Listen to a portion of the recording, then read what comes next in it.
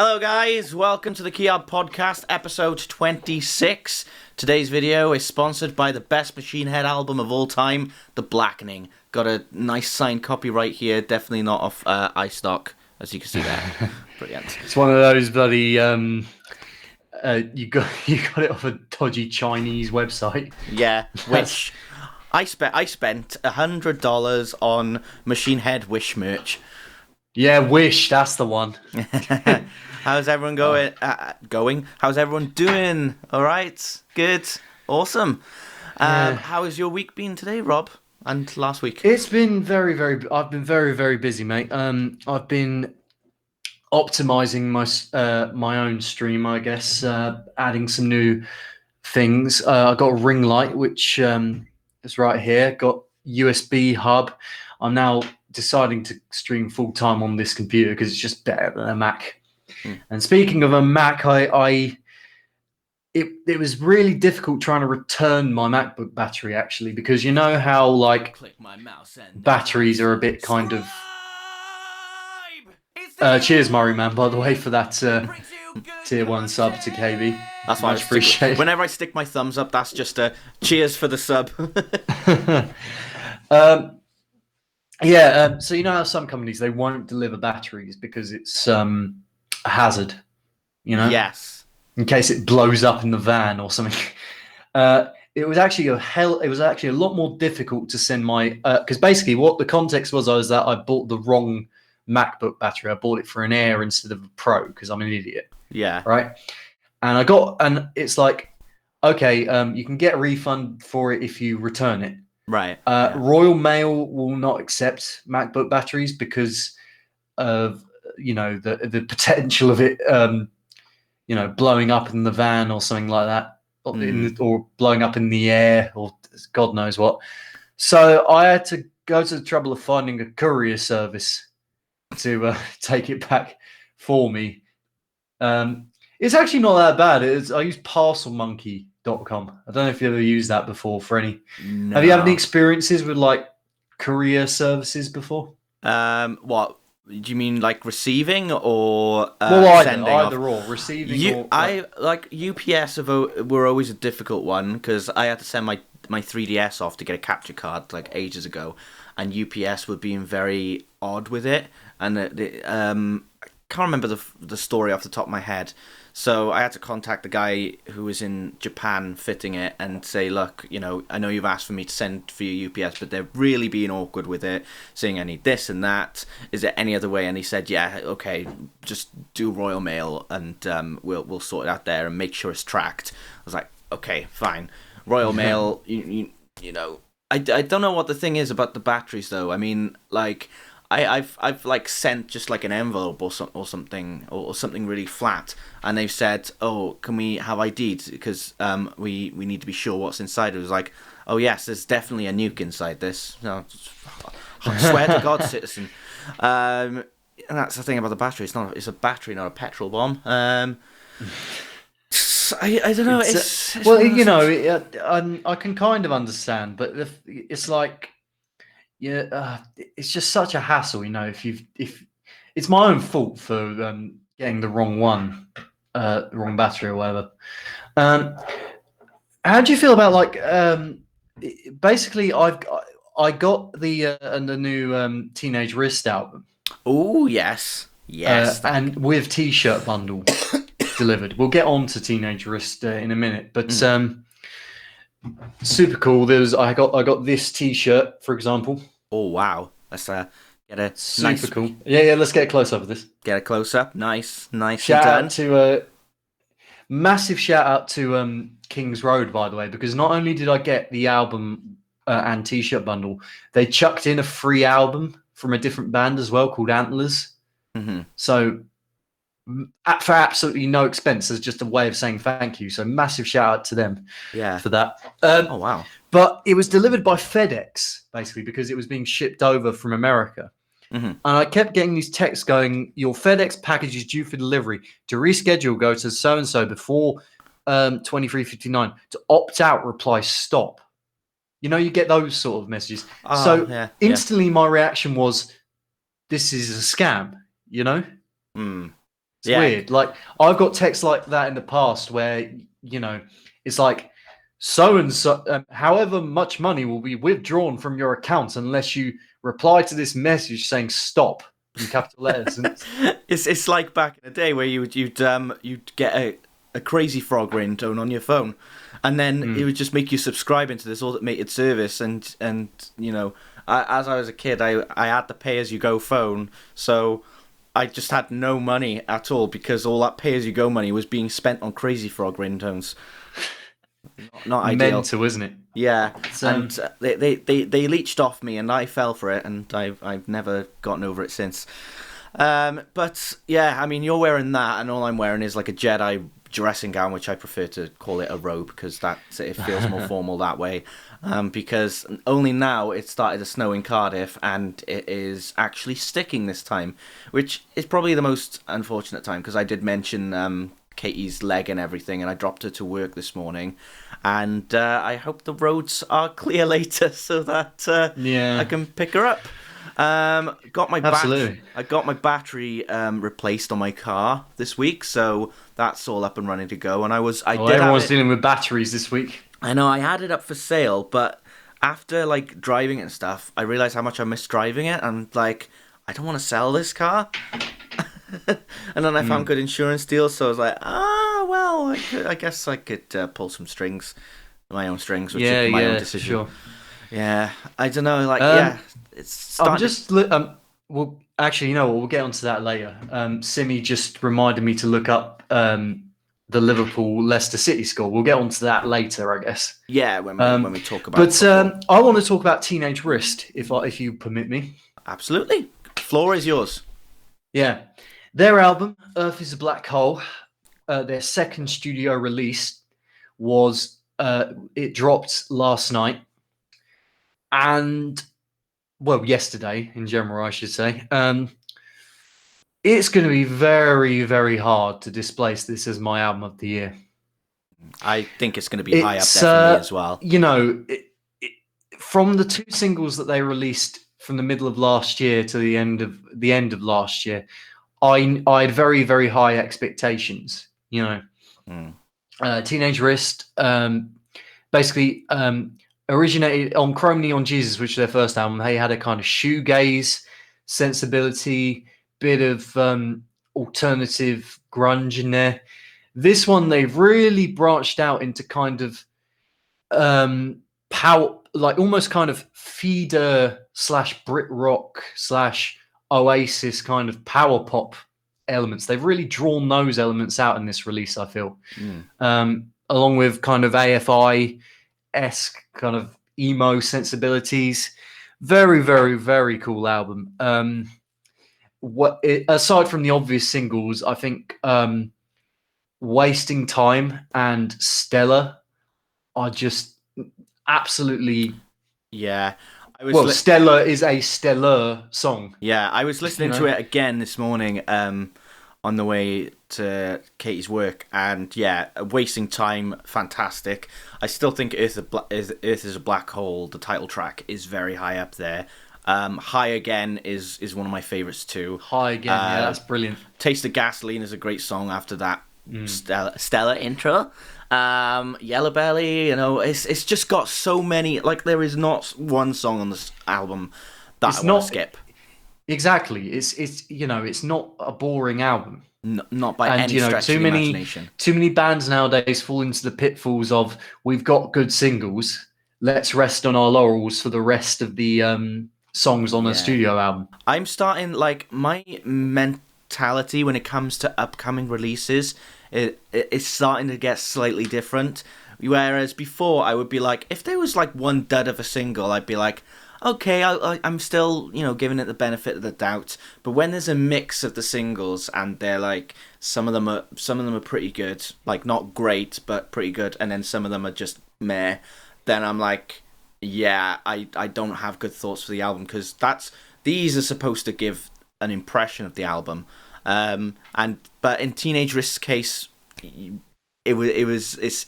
gave an insane vibe for what the album was gonna provide for the listeners out there. Yeah. Well, as you guys know, if you're a regular viewer of this podcast or even know me that well and my music tastes, I'm a sucker for anything 90s influenced in my music, and I'm a sucker for anything kind of. I was listening to, for example, before we went on air, I was listening to the Smoking Popes, and I was listening to Buffalo Tom and the Lemonheads and bands like that. So that's the kind of vibe, that kind of 90s indie rock sensibility, Yeah. which is very, very clear in this, you know. Yeah. But I also like the intro track Squeeze, and some of the kind of tail offs and interludes that you get on some of the songs. Really, really interesting experiment. Like, you know, some of the spoken word experimentation on it, and but also just, you know, all of the kind of in the songs in general. You've got feedback drenched fuzz. You've got like you know, elements of Britpop, shoegaze, grunge, you know, pop punk. It was just a great amalgamation of styles, you know, and the songs are just so superbly catchy. And like I said, I mentioned Feeder earlier. I was also listening to Echo Park yesterday, Fair enough. which is the one that has Buck Rogers on it, and I always misread Just that a when I Day was came younger. from those sessions, you know. Yeah, I always misread that when I was younger. You know, not Buck Rogers, but another word, a letter. Fuck Rogers.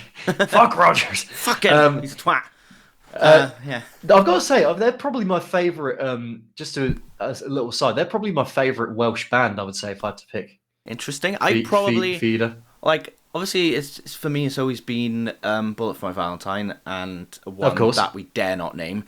But Funeral for a Friend. There is so much of their stuff that I find criminally, and I do not say this lightly, criminally underrated. Like the stuff off Conduit, and you know, from that sort of era, like for that sort of stuff, how technical it was for the time, and how it really just, you know, went under people's noses. I have no idea, because, as you know, shortly after they split up, and only recently they've got back together. But like, as we get onto a bit of a teaser for best albums of all time, one of the Funeral for a Friend albums is on there for me. So yeah.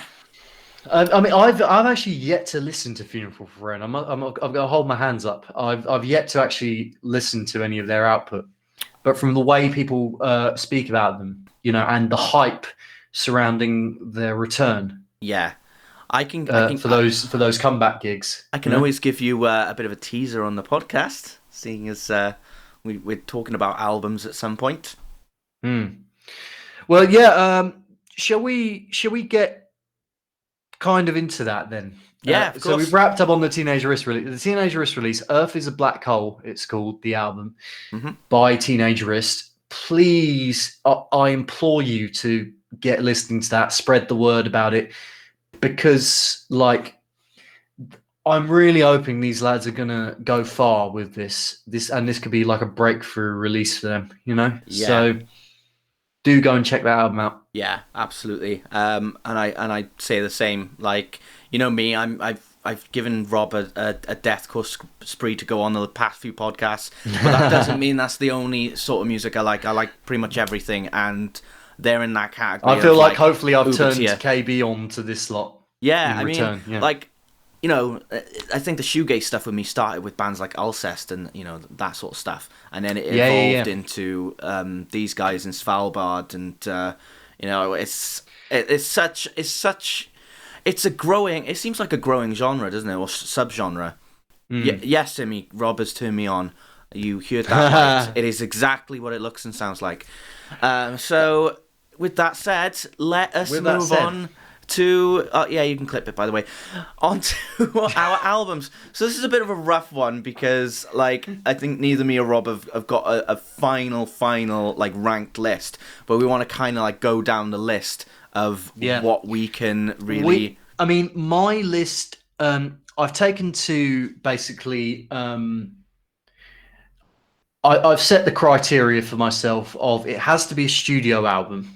So Mm. no live releases, no compilation albums, no EPs. Yeah, Has to be a studio album slash LP of original material. yeah, Secondly, one album per artist because I yeah, just feel like it's just me cluttered. I could easily just put the entirety of Oasis and Blur's discography in yeah. there, or the entirety of Killswitch's discography in there, or whomever. Iron I Maiden, feel like this would Jamaica. just be easier. Yeah. Yeah. And yeah, just a final disclaimer: I still haven't finished with it yet. I'm up to 93 I've albums got because basically I've been going through all of them and rating them out of 5, each track and each album out of 5. That's why I've been a bit stressed and wound up this week because it's just been such a difficult task. I mean, how would you go about your criteria for this? pretty much the same as yours. That's how I've always done top tens. Like when I was more prominent doing top tens on YouTube and stuff. It's always been like one per franchise, one per band, etc. Because you want to give a bit of variety, and I've seen it where like a list has like had number 10 Metallica, number 6 Metallica, number 4 Metallica. You're like, Hey, I mean that's probably in my list, in my other list of bands that I put as many albums as I see fit, yeah, like depending on whether they deserve it or not. realistically, if I did a personal, then probably I'd have 3 Metallica albums or something like that, or for example. But when it's something to present to the internet, it's not something I'd rather do. But what I thought would be interesting, what if we went down the alphabet, 26 letters, and we could see if we've named A band that's on. Yeah, that's yeah, not a bad shout. That's not a that bad keeps shout it at all. nice and concise. So Yeah. Rob, what band have you got beginning with the letter A? Okay. And again, I should preface before I go on. I should preface this by saying that I tried desperately to fit some albums into it. I've gone solely on non-biased, objective kind of albums that are good albums, in my opinion. As much as I wanted to put like certain albums by Who's Could Do in there, I I always felt like their strength kind of lie in their live recordings more than their studio albums. Mm. So don't be shocked, really, if I don't have any of their albums in the list, because I'm not sure if I do. Let's see. A. Right. I've got. How many bands do you want for A? Because I've got a fair few bands that begin with A in my list. Do you wanna? How many do you feel like talking about? All right. Well, I could give just a quick summary of all of them, I guess.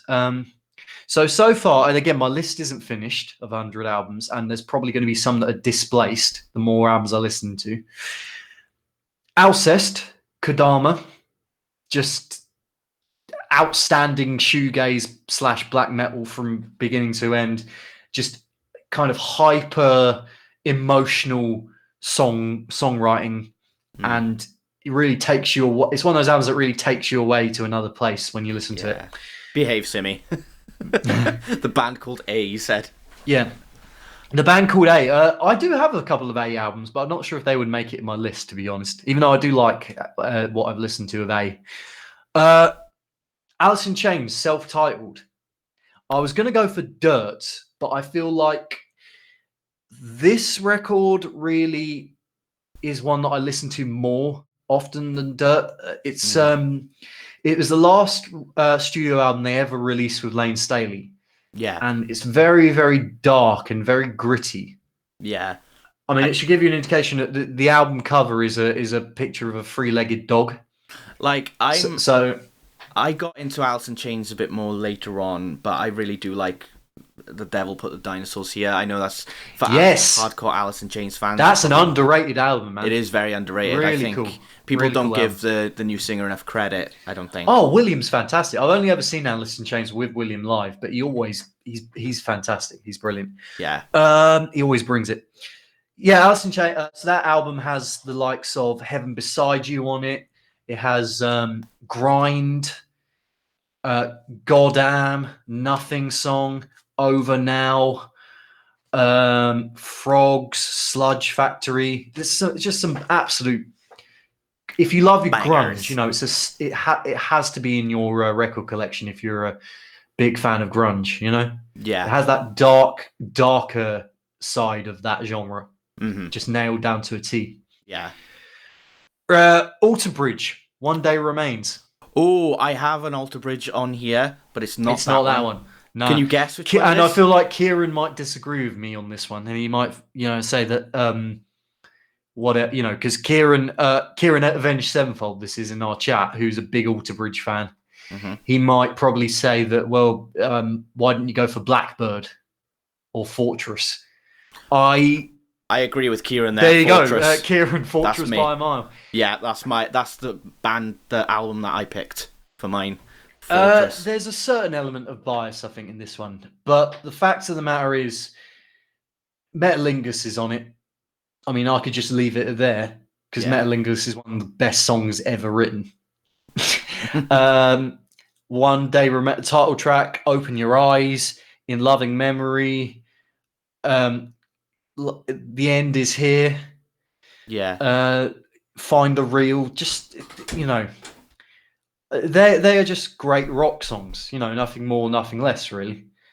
And a lot of people, and particularly All Music, rated it 2 stars out of 5, and said that it was like a kind of hangover from the Creed, thing, Mm-hmm. which I don't know, like that doesn't sit well with me, that comment, because I feel like the guitar playing and the vocals kind of stand out. They stand out on their own merits to me. Yeah. Yeah. If I was, and I wanted to put an Alter Bridge album in there, and that one was the one that was kind of closest to my heart. Really, it's the one that got me into Alter Bridge. So fair enough. Yeah, I think Fortress was like I was in uni. I think at the time I was listening to Fortress, and I know I could see like they were getting more and more solid with each release. I think Fortress was just that one that was hard to top with the next one, which pretty much proved it, because The Last Hero, whilst I still really like the album, I don't think it was as solid as Fortress. Walk the Sky. It is called Walk the Sky, isn't it? The latest it one? is, yeah. Yeah. I was a little bit disappointed by that one. It was alright, but yeah. Wouldn't You Rather is such a brilliant single. Yeah. Fantastic song. And the rest of the album just, I don't know, I felt flattened a little bit by the rest of it, Yeah. Maybe I'll give it a listen to again one day, but same with Fortress. It just, for some reason, Fortress just didn't grab me, and I don't know why. It's okay. I prefer Alter Bridge when they're kind of. It's hard to describe, really. It's like I like riffs and I like hooks, and I feel like One Day Remains is the hookiest Alter Bridge record for me. Fair enough. Okay. But of course, it's my own list, so I can have whatever albums I want on it, really. So I don't know why I'm trying to justify it, but yeah, there we go. At least I put an Alter Bridge album on it. I could have easily left one off. Okay, you got one more that you're allowed to pick. All right, and I'll quickly whiz through 2 more. Anathema, Weather Systems. I love how I'm like, you got one more. Yeah, okay, I'll go through 2 more. Yeah, no, it's what, for A? Do you mean? For A, yeah. Yeah, no, it's right. So I'll trust me. There's 2 more, and I'll go through them super quickly. Yeah, I'm changing the rules. It's my bloody. Well, I know it's Kieran's podcast as well, but I don't care. It's my house. I like talking about music, okay? Anathema, Weather Systems. Ooh. Just brilliant progressive rock / metal, super atmospheric, super brilliant harmonies vocally. Definitely one to check out. That's all I can say, really. Yeah. And finally, Avenged Sevenfold, self-titled. Oh, I've also got an Avenged Sevenfold one. Can you take a guess which it is? And it's probably going to be a bit of a weird you not pick choice. No. Kieran, you should take offense to that. It's the self-titled album for me. It's the self-titled album for me. Yeah, for me, all day long. I was listening back to back to each of them, and I still think the stage is just something that is it's Interesting. something that I was longing from Avenged for a while, and I got it, and I was really happy. So it's got to be the stage for me. Brilliant. Okay. Do you want to go through your raise and then I'll Yeah, and then go I'll. full screen because I need to get my charger to look at the rest of my list. All right, no worries. Okay, you got me for little bit, guys. So for me, one of them is Ailstorm, Sunset on the Golden Age. I think there are a lot of pretty solid Ailstorm ones. I remember listening to Captain Morgan's Revenge like way back in the day, and it was. I'm just staring at Rob trying to plug in his charger at the same time. He can't hear anything. Yeah, I think Sunset on the Golden Age is like that one which had just the sweet blend of almost everything. Then I've got All That Remains, The Fall of Ideals. Brings me back to just the old school metalcore genre, and I think The Fall of Ideals was just something that the band has struggled to replicate ever since then, and there's a reason why. I've got Anthrax, Spreading the Disease. I think that is the classic Anthrax album for me. Very nice. Like it's the one I always go back to. Arch Enemy, Doomsday Machine. It's got that lovely mix of melodic death metal and groove mixed into one, and it's got one of their best songs, if not maybe their best song ever, Nemesis, on it. A weird one for Atreyu, Aerosmith. I think when it comes to Aerosmith, I like quite a lot of their singles, but as full albums, it doesn't really do the most amount for me. I think that's Atreyu had an album called Aerosmith? No, I'm not about. No, I know. You're referring to the comment, so. Atreyu, Lead Sails, Paper Anchor. I know that's the one that people were like, I don't like this, because it went to more of a hard rock way. But I feel like it really had a good mix of what the lead singer could do with cleans, and it just had a nice funky vibe to it, which I loved. And then one I've picked from a supergroup, Axe Wound Vultures. It was a bit of a nice. weird thing at the time, but it's just incredibly hard hitting for me. And it had some of that nice metalcore in it, but overall it didn't really pull any punches. And that solo by Sinister Gates in Vultures is just death. But yeah. Well, to honestly, I mean, for me with Aerosmith, I'm still yet to rate my Aerosmith albums. It would probably be between Pump or Nine Lives, and again, that's probably a really controversial take. Yeah, because most people would say Toys in the Attic. Yeah. I probably need to listen to Toys in the Attic again, but Pump or Nine Lives, I love both of those. Yeah, so it's going to be between. And Nine Lives was the album that I kind of grew up on, I guess, with Aerosmith. So that's an outside chance of making it, I would say. Mm-hmm. Okay. B, Rob. Yeah. Do you want to go back to the? I know it's your channel and everything. That would help. There we go. Yeah. Well, just to wrap up on the Avenged Sevenfold, I forgot to talk about the Avenged Sevenfold album before I got my charger in, but that is genuinely in my top 10 out of 100. It's flawless in my opinion, and it's so creative and so diverse, and the Rev's backing vocals are some of the best backing vocals I've ever heard in an album. Every single musician brings what they bring to the table. I want to say tenfold, but sevenfold, if you like. I would definitely have to say that is like probably close second for me, the self-titled album. Right, so B then. Right, I have Bad Religion, No Control. Just fantastic, bare bones, simple, brilliant American punk. You know, I could never really get into Bad Religion. I don't know what Greg, it was. And Greg Graffin's vocal harmonies just really touch my soul sometimes. You know, in a good way. Beartooth, disgusting. That one, like when I saw it on your list last night, I was like, That was really surprising for me to see on your list. I did not. Do you think? I didn't expect you to didn't pick take that me one. for a Beartooth guy. I did take you for a Beartooth guy, but as in top 100 from one of their previous albums. Mate, it's brilliant though. Disgusting. Like, Yeah. you've got Beaten in Lips, Body Bag, In Between, The Lines, Keep the American Dream. Stellar album, you know? Yeah. No, I agree. It's It's placed 69 on my list ordered wise as well. Well, So hey. nice.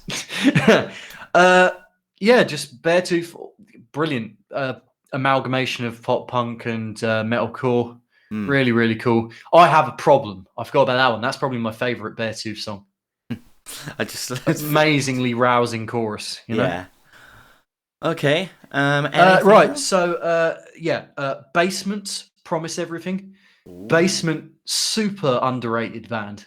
They are very much in the kind of teenage risk camp of 90s inspired, aesthetics and guitar work. Really cool alternative / emo. Kind of very 90s emo, which is brilliant. Very kind of Sunny Day Real Estate inspired and things like that. Really, really cool record. It's called Promise Everything. That's ranked very, very high on my list, actually. Really? Okay. And I probably need to re-rate it just to make sure it definitely isn't that high up. Yeah. Because I'm always conscious about whether I rated this too highly, but it's definitely in there, regardless. Okay. Billy Talent 1. Ooh, interesting. I would have. I probably would have gone. And again, for another. I want to say they're underrated, really, as well, Billy Talent, because I'd agree. they don't really get much recognition outside of Canada. Weren't they?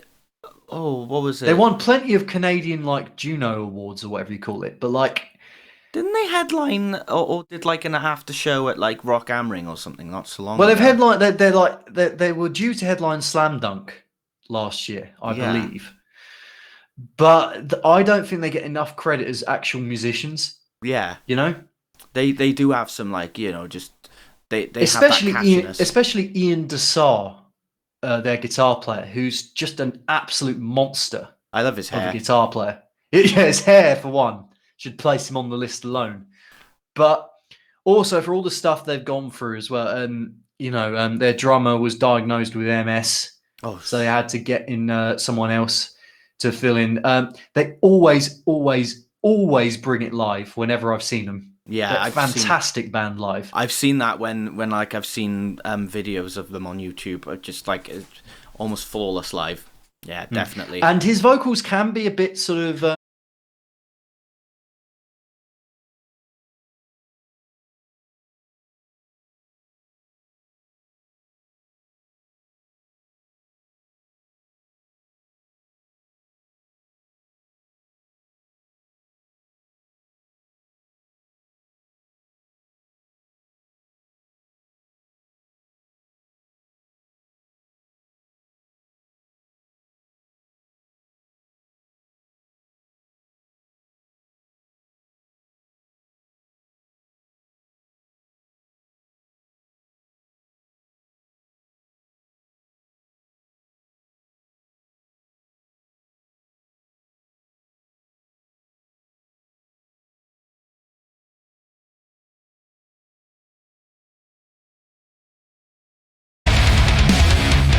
To Billy Talent, right?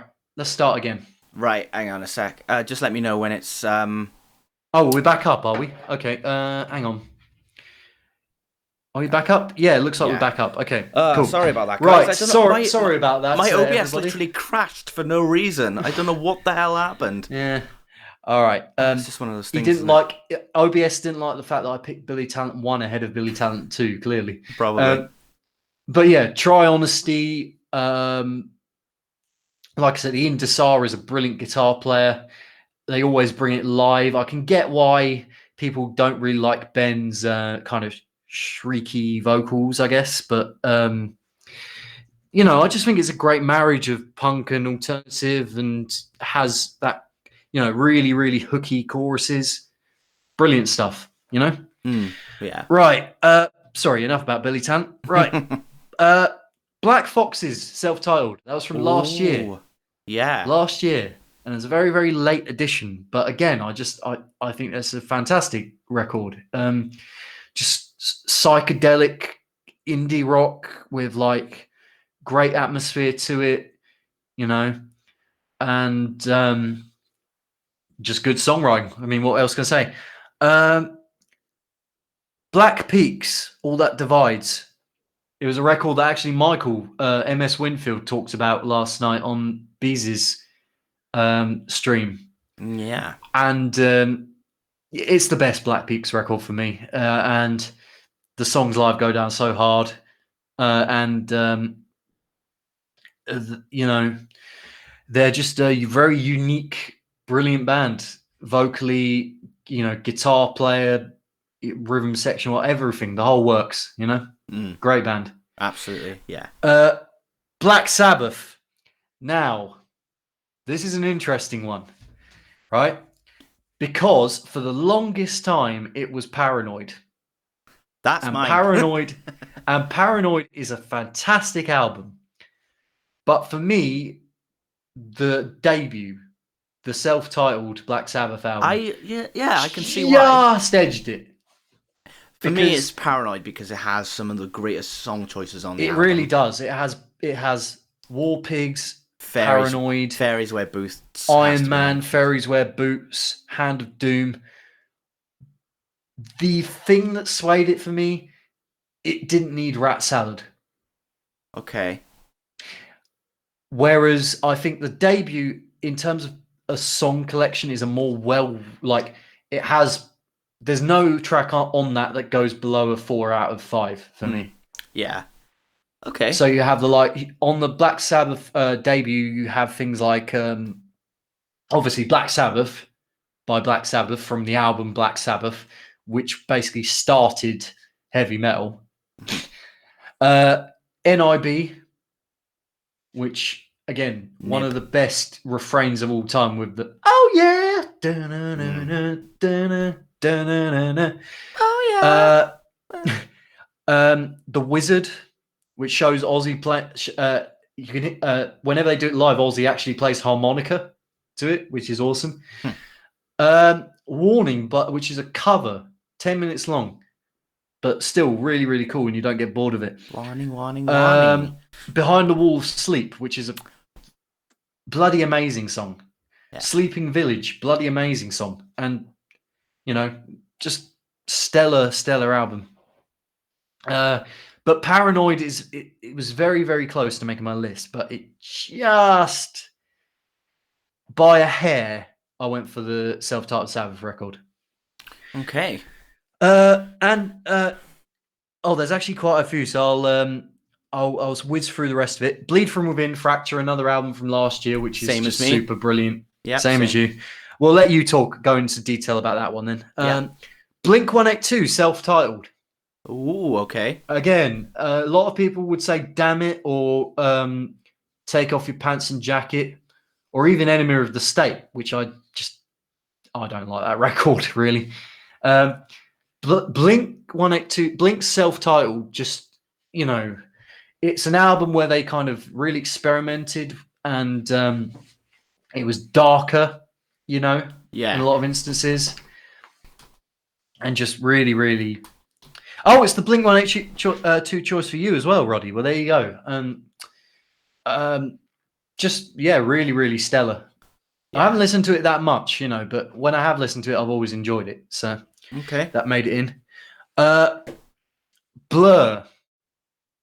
Again, it was super difficult to pick a Blur album for this, because I could have gone with Park Life, I could have gone with the self-titled, I could have gone with Mon Life is Rubbish. The fact is, they don't have any bad records, Blur, for me. I decided to go with 13, which is their album from 1999. And it also ranks very, very highly in my list. In fact, I think it's in my top 5. Just a work of genius, 13. It was a band. It was kind of when the band were falling apart and at their most disparate, really. But they did kind of that sort of experimentation better than Radiohead ever could have done it. Mm-hmm. Yes, I'm putting it out there. you know, because they actually make the songs actually catchy as well, you know. Mm. So on that album, you have No Distance Left to Run, which is the most beautiful, sad song ever written for me. Mm. They have Coffee and TV, which is just an absolute bop. First tune Graham Coxon, well, one of the first tunes Graham Coxon ever sang and wrote for Blur. You have Tender, which is just an absolute anthem, you know. Um, and the likes of Trailer Park and Mellow Song and all sorts of other brilliant tracks in there. Caramel, just it's definitely the most experimental Blur album. But I love when bands branch out and it works. It actually works. When Yeah. bands branch out and it doesn't work, it makes them come across a little bit stupid Mm. and pretentious. Fair. But in this instance, they really nailed it. Yeah. You know. Uh, I'll whiz through the rest. Bob Mould, Blue Hearts from last year Yeah. because it was just fantastic, and I think the best Bob Mould solo album. There was always going to be a Bob Mould solo album in there if you knew me. Buffalo Tom, Let Me Come Over. This was a very, very late addition to the list, but if you like, I mentioned them earlier when talking about Teenage Wrist. If you like 90s inspired indie rock / alternative in the vein of REM or Lemonheads, bands like that. This album, it just brilliant indie power pop songs, you know. Mm. Yeah. And finally, Bully Sugar Egg, which again was another album from last year. And that was it. Wasn't that, what number was that? Was that like number 11, number 12, or something like that? Something like that, yeah. But it managed to make it. It's probably going to be shifted out the more albums I add, but for now, that's on my list. Okay. Because it's just a great collection of grunge / alternative, modern grunge / alternative, with brilliant kind of angsty vocals. Oh, fair dues. So there we go. All right. Your bees.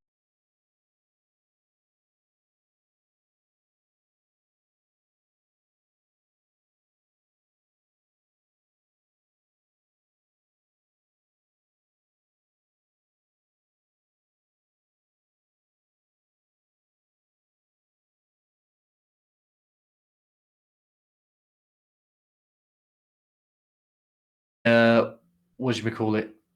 Starting soon screen. I don't know. Yeah. Well. Or maybe just make just a different screen without any things. Is it? Text Let me close this. There we go. And then say back up. Are we back live? Yeah, it looks like it. All right. Sorry, guys. I don't know why this is weird. Why it's doing it now? Like it wasn't doing it before. But stay positive. Stay positive. All right. Back to bees. So we've got. So your B list, mate. Yes. So we've got Biffy Clyro, Only Revolutions. That I think that is the pinnacle of what Biffy Clyro have done. That might make it in my list as well. You know. Yeah, and there is a reason. Like so many songs off that album have had music videos or singles. You know, That Golden Rule, The Captain, Bubbles, Many of Horror, Mountains, God and Satan. Like 6 singles right there. And then you've also got like I was thinking of a song name, but I like Shock, and Boom Blast and Ruin as well. Boom Blast and Ruin, girl. Yeah, brilliant. Just absolute solid. It's either going to be that or a Puzzle, I think, for me. Yeah, getting in my list, but we'll see. My close second for me is Similarities. That was I think that was the B side of Opposites, but it has some really good songs on it as well. Then we've got Behemoth, Evangelion. That is my absolute favorite of all time. I love it's got some of these really unique riffs, and A Fire in the Void is one of my favorite Behemoth songs, and it's not long since I've been into Behemoth, but that's the one I would choose if any. Then we said Bleed From Within, Fracture. This is very much continuing from Era, which I showed you a few episodes ago, and it's just solidifying that even more, isn't it? It's metalcore with those thrashy elements and just going insane with all their technicals and the skills that they put into it. Then we've got so we talked about Black Sabbath, Paranoid. Then we've got Blind Guardian, A Night at the Opera. That's for any Blind Guardian album. That one has got some of my favourites on it. My favourite being Punishment Divine.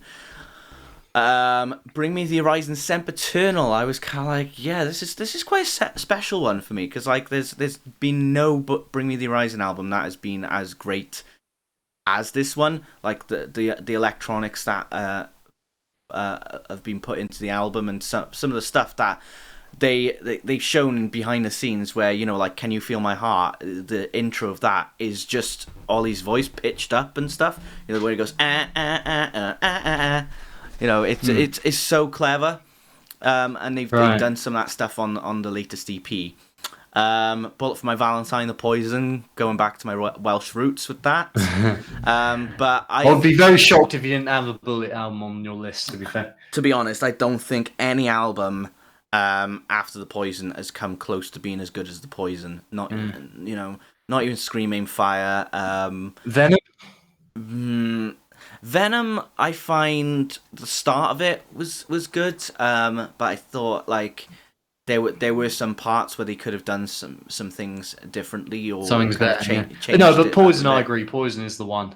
Yeah, but I don't know if any Bullet would get on my list. To be fair, in all honesty, my second favorite Bullet album would be Fever. Anyway, it's just Fever was like Matt said, it was going to be like more of a party sounding album, and I hate it when bands say that. It's like bands are more like, people dance more to Tears Don't Fall than they would to the title track of Fever. That's just how it is. Yeah.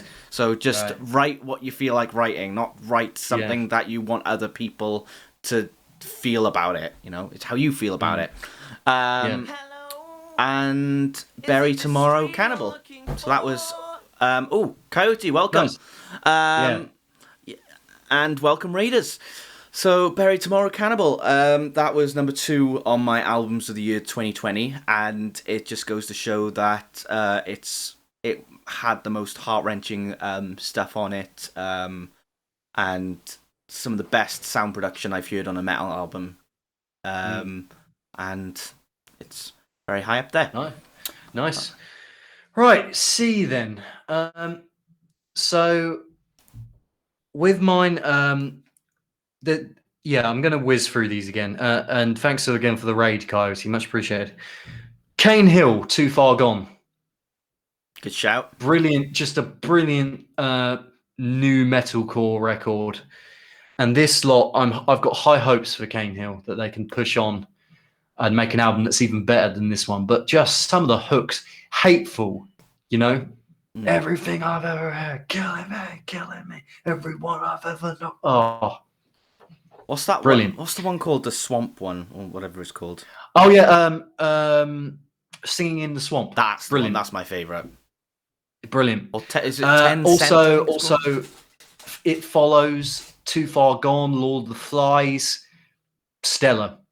Yeah. Really, you know, and I would say the kind of the vanguard of the new metalcore / new metal movement in the modern era. Yeah, for sure. I would say them and DD are two big ones to bring. Is that how you pronounce it? DD? I don't know. I call it Dead. I just pronounce it Dead. But it is Dead. There you go. Right. CKY, Infiltrate, Destroy, Rebuild. Ooh. No because you what? Sorry. No Carcer City, where none of the songs get played live off that album. I actually have Carver City. I don't think Carver City's. I'll probably listen to it a bit more, but that never really struck with me. This one, they just nail every single song. Was kind of. They probably discarded loads of songs, and these were the best of the best. I do believe. Just a great alt metal band. And I think severely underrated as well in terms of guitar playing Darren Miller and Chad Ginsberg are fantastic guitarists. And I love the dark kind of harmonies that they employed on this album. You have Flesh into Gear, which is just an absolute rager. Escape from Hellview, Close Yet Far, which is heart-wrenching to listen to. Brilliant stuff. Cog, The New Normal. They're a progressive metal band from Australia. You might have seen me wear their shirts a few times on the channel or on my channel. Just brilliant. Very unique in progressive rock, in that they're more alternative inside, I guess. And Flynn Gower, their frontman, he cites people like Bob Marley and Left Field and Nina Simone as influences. Yeah. So rather than actually progressive rock / metal bands, so you can get an idea of, they're more I'd say they're more progressive rock than progressive metal. There's a gap between. They're not super technical, They're just riffomatic, and the songs are all great and really, really kind of atmospheric and wonderful. And there you go. Cog, go and listen to them. Coraki from last year, which is Ian McKay and Joe Lally from Fugazi. It's their new band. I thought that album was superb, and basically indie flavored Fugazi is the way I would describe it. Corrosion of Conformity, Blind. This is actually the first album in which Pepper sings on, but he's not the lead vocalist. The lead vocalist on this album was Carl Agel / Agel, and Mike Dean actually wasn't even in this band at that point. He left. Yeah. But Woody Weatherman's riffage and Pepper's riffage on this, the song "Blind" is just vote. Is it the song? No, sorry. The song "Vote with a Bullet" is just brilliant. Just a great slice of kind of stoner metal, 90s afflicted kind of stoner metal. Brilliant. Crosses, which is Chino Moreno's side project, one of Chino Moreno's many side projects. This album is just genius. Trip hop inflected kind of atmospheric industrial. I don't even know what you call it. It's just brilliant record. Yeah, that's all my C's. Okay. And as for me, yeah, having Frozen, wonderful. So I keep in mind I might add more to the list, but the three albums I got for my C that I can list off so far are Children of Bodom, Follow the Reaper.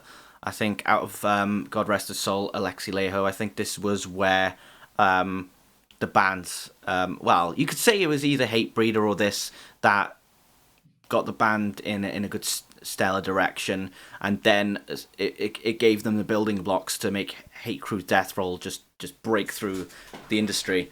But going back to this album, it just has some of the good starting points for it, some of the wackiest riffs, and overall just like a pioneer of melodic death metal. Then we've got Conjurer, Maya, a very this was one that I should have had on my list from that year, but I missed it. I don't know how I missed it. Do not ask me how I missed it. But I think it's got that sheer gloomy atmosphere, but it combines elements of doom and then extreme metal, and the transitions always give something exciting to sink your teeth into, and I think it's just I probably would have put it as my number one of that year. Obviously, I think we'll get onto the band, but Rivers of Nihil took that spot, but Conjurer was a very, very close spot for that. And then the most surprising one so far, because you probably wouldn't have thought I listened to them, but The Cure, Disintegration. Oh yes, yeah, get in there, mate. That album, actually, if I was going to pick a Cure album to be on my list, that is probably going to be the one. I need to rate it, yeah, still, but it's absolutely brilliant record. It's like I listen to a lot of Cure albums, and I think it's that one which I always just go back to for good reason.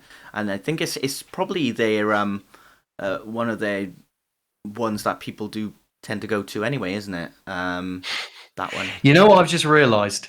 What? I put basically I got them on an Excel spreadsheet, my albums, and I Yeah. put the descending order. I forgot The Clash because it put it under T rather than C. I I hate it knew when there they was do one I was that. forgetting.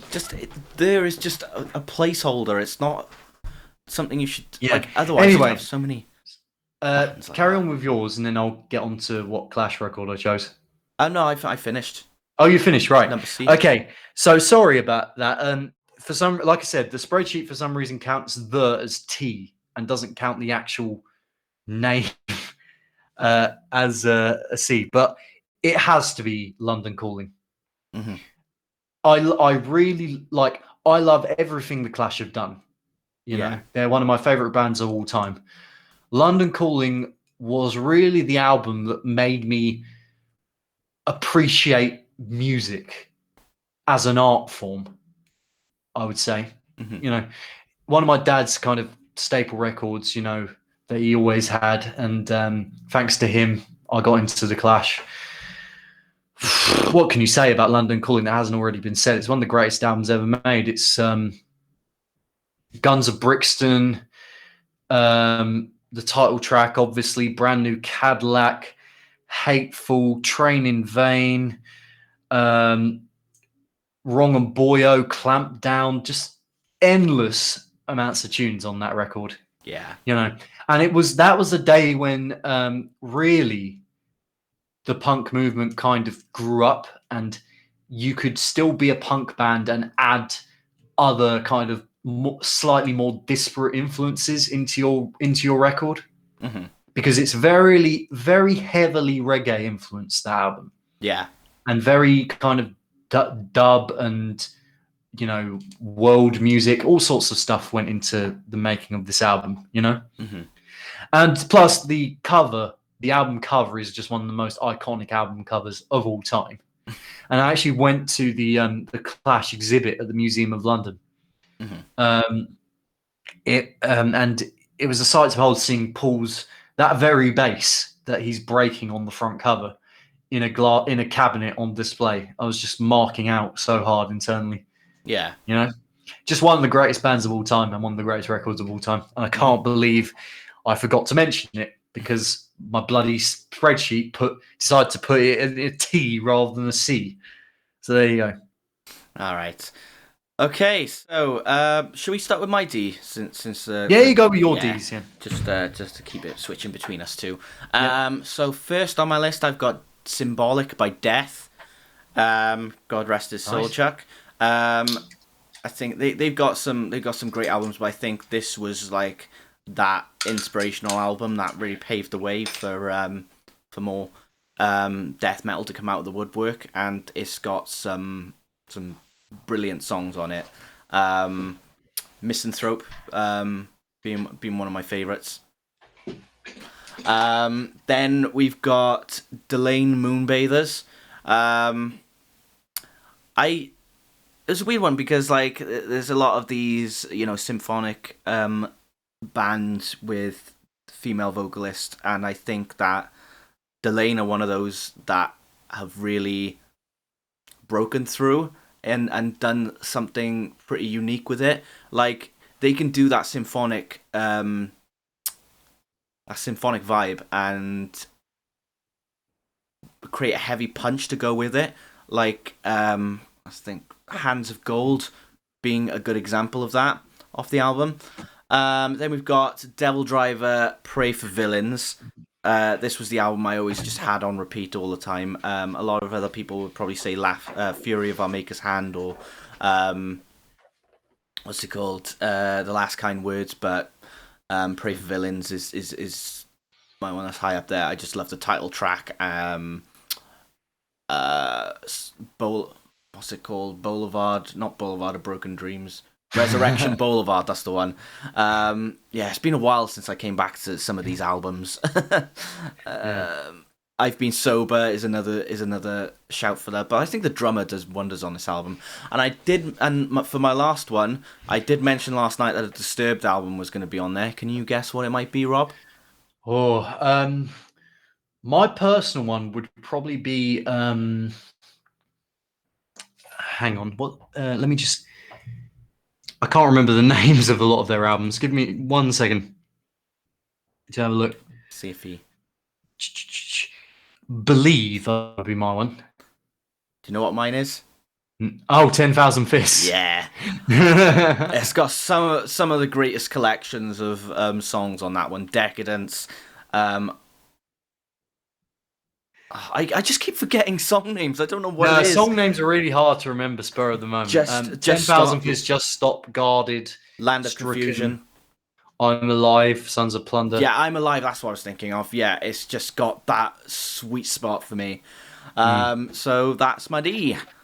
I like the fact that we're picking albums regardless of their sort of critical, like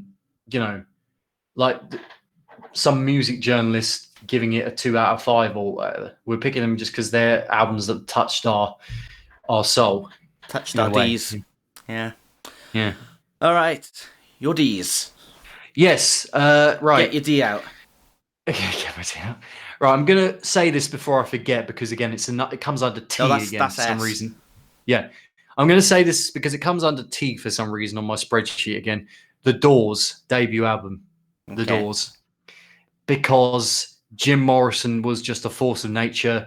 His singing style, his coolness, and just you cannot watch the beginning of Apocalypse Now, where the helicopters are flying through the trees, listening to the end from the album, and not feel chills, Yeah. And you also have stuff like End of the Night, Crystal Ship, Break On Through to the Other Side, which is just iconic, Light My Fire, which is iconic, just a great stellar collect. They were cool, the Doors. They just defined cool to me in the 60s. Yeah. Right. Deftones. Now, be a Deftones song there. Album there. Which album do you think made it? Oh, it's not going to be White Pony. Because it was very, very close. Is it White Pony? No, it's not. Is that one with that Japanese style title? Yes, it's Koi no Yokan. That's the one. Koi no Yokan was basically, when I first listened to that, it was the day that I decided Deftones were the band for me. And it really helped me branch out into listening to more experimental kind of subgenres of metal, Yeah. And it really, really has some of the most beautiful songs ever written on that album. Rosemary, for example, Swerve City, Entombed, Gauze, What Happened to You. Amazing record. And it's just edges it over. It'll probably change next week. That's the thing. I had to get a Deftones album in there, and the one that I chose would probably change next week. For now, it's Koi no Yokan because it's just brilliant. Yeah. Diamond Eyes, White Pony, OMS, all stellar albums as well. That would all be in there equally, in equal measure. But for now, it goes to Koi no Yokan. Devin Townsend, again, his record collection is so vast. His discography is ridiculously long-winded. So I could have picked any Devin Townsend album, but I decided to go for the one that I still think is his best record, which is Ocean Machine Biomech. Just a brilliant, again, just no frills on this album, just a brilliant collection of atmospheric metal songs that still touch my heart. And I've been fortunate enough to see that album in full, played live, and those songs ascend to another level when he does them live. Yeah. The depth of music is one of the most jaw-droppingly beautiful songs you will ever hear, especially in a live setting. Mhm. Life as well. Seventh Wave is on that album. Bastard, not one of my better days. Jesus Christ, it's just absolutely stellar record from start to finish. Yeah. And finally, for D, Dinosaur Pileup, Celebrity Mansions. Oh wow. Okay. I mean, Oh, I you go on love about the that record album, so much. which is good. Yeah. Talk about a record that is just fun to listen to Yeah. and fun to experience. You know, regardless of your critical takes on some of the songs on that record, it's just a fun album. And I get so much enjoyment out of listening to that record whenever I have the chance to do that. And again, another one of those instances where the songs on that record absolutely go so hard live. Back Foot is just a brilliant song, regardless of your tastes. Yeah. Thrash Metal Cassette as well. Long Way Down, brilliant kind of slab of gloomy kind of post grunge. They're a band that I wish that I wish on the back of that record. I mean, they were due to play their biggest ever gig at Kentish Town Forum, being supported by Doom Rats and Violet Soho, and I was going to go to that last year, Yeah. but obviously it didn't happen. So I'm still hoping that they can ride the crest of the wave of that record and ascend to new, more brilliant heights. You know. Yeah. But anyway, that's all my D albums. What about you, KB? Have Okay. you already done it? You've already done it. It's on to E. Yeah, Right? and I pretty much E's a hard one. I haven't seen many bands begin with I actually E. don't have any E's in mind. Well, the only one I could pick, and it's the entirely different kettle of fish, and that is the Eminem Show. Nice. Like, You know what? seriously. You know what? If I was going to pick an Eminem album, it would probably be that one as well. Yeah, I mean, you've got Cleaning Out My Closet, you got Soldier, Without Me, Sing for the Moment, Superman. It's just got like, Mate, just you failed to everything. mention the most. You failed to mention the most underrated Eminem song that he's ever done. Till I Collapse. Business. I love that song so much. Yeah, but I mean, like, Let's get down to business. I got no time to play around. What is this? Oh, Eminem always has that like epic and emotional drive behind his songs, and I think this album has some of the best of that as well. Like, especially like in Sing for the Moment, which is, as you know, it's Sing by it's Aerosmith, isn't it? Dream On. Dream On by Aerosmith. Yeah, I don't know, it's not Sing by Ed Sheeran. What am I talking about? Sing by Ed Sheeran. Yeah. So yeah. I mean, yeah, Marshall Mathers LP is a good shout as well, Roddy. That tune that has some great songs on it. It's a close call between those two. I think I might have to go. When I dig in, and probably it's hard to rate Eminem albums, and it's hard to rate albums with like interludes and loads of interludes and skits and things. Yeah. Like, do you just not bother rating the skits on that album? What? I don't know. Like, I think skits are funny, but I tend to go more for the music than. Yeah. See, I only really rate the songs. Yeah. Also, one of my rules for this list, one of my criteria was that, well, not criteria, but one of the criteria for rating the albums was that I don't rate any song that's under 50 seconds, just because it's like, well, unless it's an actual song, if it's an interlude that's under 50 seconds, I don't tend to rate it because it's just going to mess up the system, Yeah. And I feel like as an interlude, its job is to be amalgamated with the song that follows or precedes it, Yeah. And thank you for the follow, NibQ. Right, so let's see. We're on to F now, so I'll do my F list. So, Faith No More, The Real Thing. Okay. Oh, wow. Okay. We're getting there. Yep. Epic, literally epic, because it has that song on it. From Out of Nowhere, Falling to Pieces, Surprise You're Dead. Mike Patton is just an utter force of nature with his singing style and just brilliant stuff. And yeah, it was either going to be that or Angel Dust. I've still yet to rate Angel Dust. That might end up being higher, but for now, it's The Real Thing by Faith No More because just because it had to be on there. And I really want to see Faith No More live. Fear Factory. Again, this was super difficult because basically they're one of my favorite bands of all time, Fear Factory. And I could have chosen any record from their discography, but I ultimately went with Mechanize, which is the album that has Gene Hoglan drumming on it. So just going back to Faith No More for a second, because I got a bit distracted by the chat, as you know. Yeah, if I had to pick a Faith No More album, I would go for Angel Dust. That would be my Faith No More album, personally. Yeah.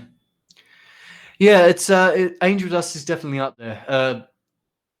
I think it has Easy on it as well, and it has Land of Sunshine, Small Victory. Who knows? That might overtake Real Thing for now, but for now it's Real Thing. Fear Factory Mechanize. Like I said, Gene Hoglan drummed on it. I just think all the songs are really, really good. The thing I absolutely adore about Fear Factory, and it's a shame now that Burton's left, was his amalgamation of the growls and his kind of really atmospheric, ethereal cleans, that were hooky. They were super hooky for metal, and he wasn't afraid to be super melodic, As in the midst of all this really harsh industrial cacophonous noise that was happening around him. He wasn't afraid to really actually sing, Yeah. It's just a shame you can never really pull it off live from what I heard, But it's just one of my favorite metal bands of all time, Fear Factory. Yeah. I don't think they get enough credit really for just how groundbreaking they were, really. Foo Fighters, Color and the Shape. I thought that might be the one. It's got to be Color and the Shape. Because it has Everlong on it. It has My Hero on it. It has Monkey Wrench on it. I don't think I need to say anything else. All right. If we go into call about Foo Fighters, though, I think, surprisingly enough, my favourite album by Foo Fighters is Wasting Light. That is a lot of people's. Yeah. That's definitely that's the album that a lot of people would pinpoint and say, yeah, that's the album that really cements their legacy, Yeah. But Color and the Shape is just a fantastic collection of tunes again. Very, very 90s alternative again sounding, which I'm a sucker for. Yeah. I love everything about the production on that album. Gil Norton, shout out to him, who did the Pixies, produced that album. Yeah, and it's just has those 3 killer singles on it. What can I say? Frank Carr and the Rattlesnakes, Blossom. Because I don't think I've heard an album that has had more vitriol on it, like just pure vitriol. That his voice, when he screams, it detunes sometimes because he's just that focused on getting his anger and vitriol out. And it's just an absolute... I Hate You is like one of the most vitriolically brilliant songs you will ever hear. I don't know how much you know about Frank Carter and the Rattlesnakes, but... I know a fair bit. I think I know more about the Gallows than... Yeah, Gallows. But this album was what introduced me to Frank Carter, and I was just blown away when I first heard it, how just angry it is, but listenable. But has elements of kind of bluesy kind of groove to the songs as well at the same time, Yeah. Fantastic record. Fugazi, Repeater. Fugazi, just one of the best punk bands of all time, really. Ian MacKaye, Joe Lally, Guy Picciotto, and Brendan Canty. They really lived it. Their shows were like $5 entry every show. They just refused to conform to any mainstream practices. They did whatever the hell they wanted with their music. Mhm. You know, they pushed the boundaries again of what 80s and /90s punk could do.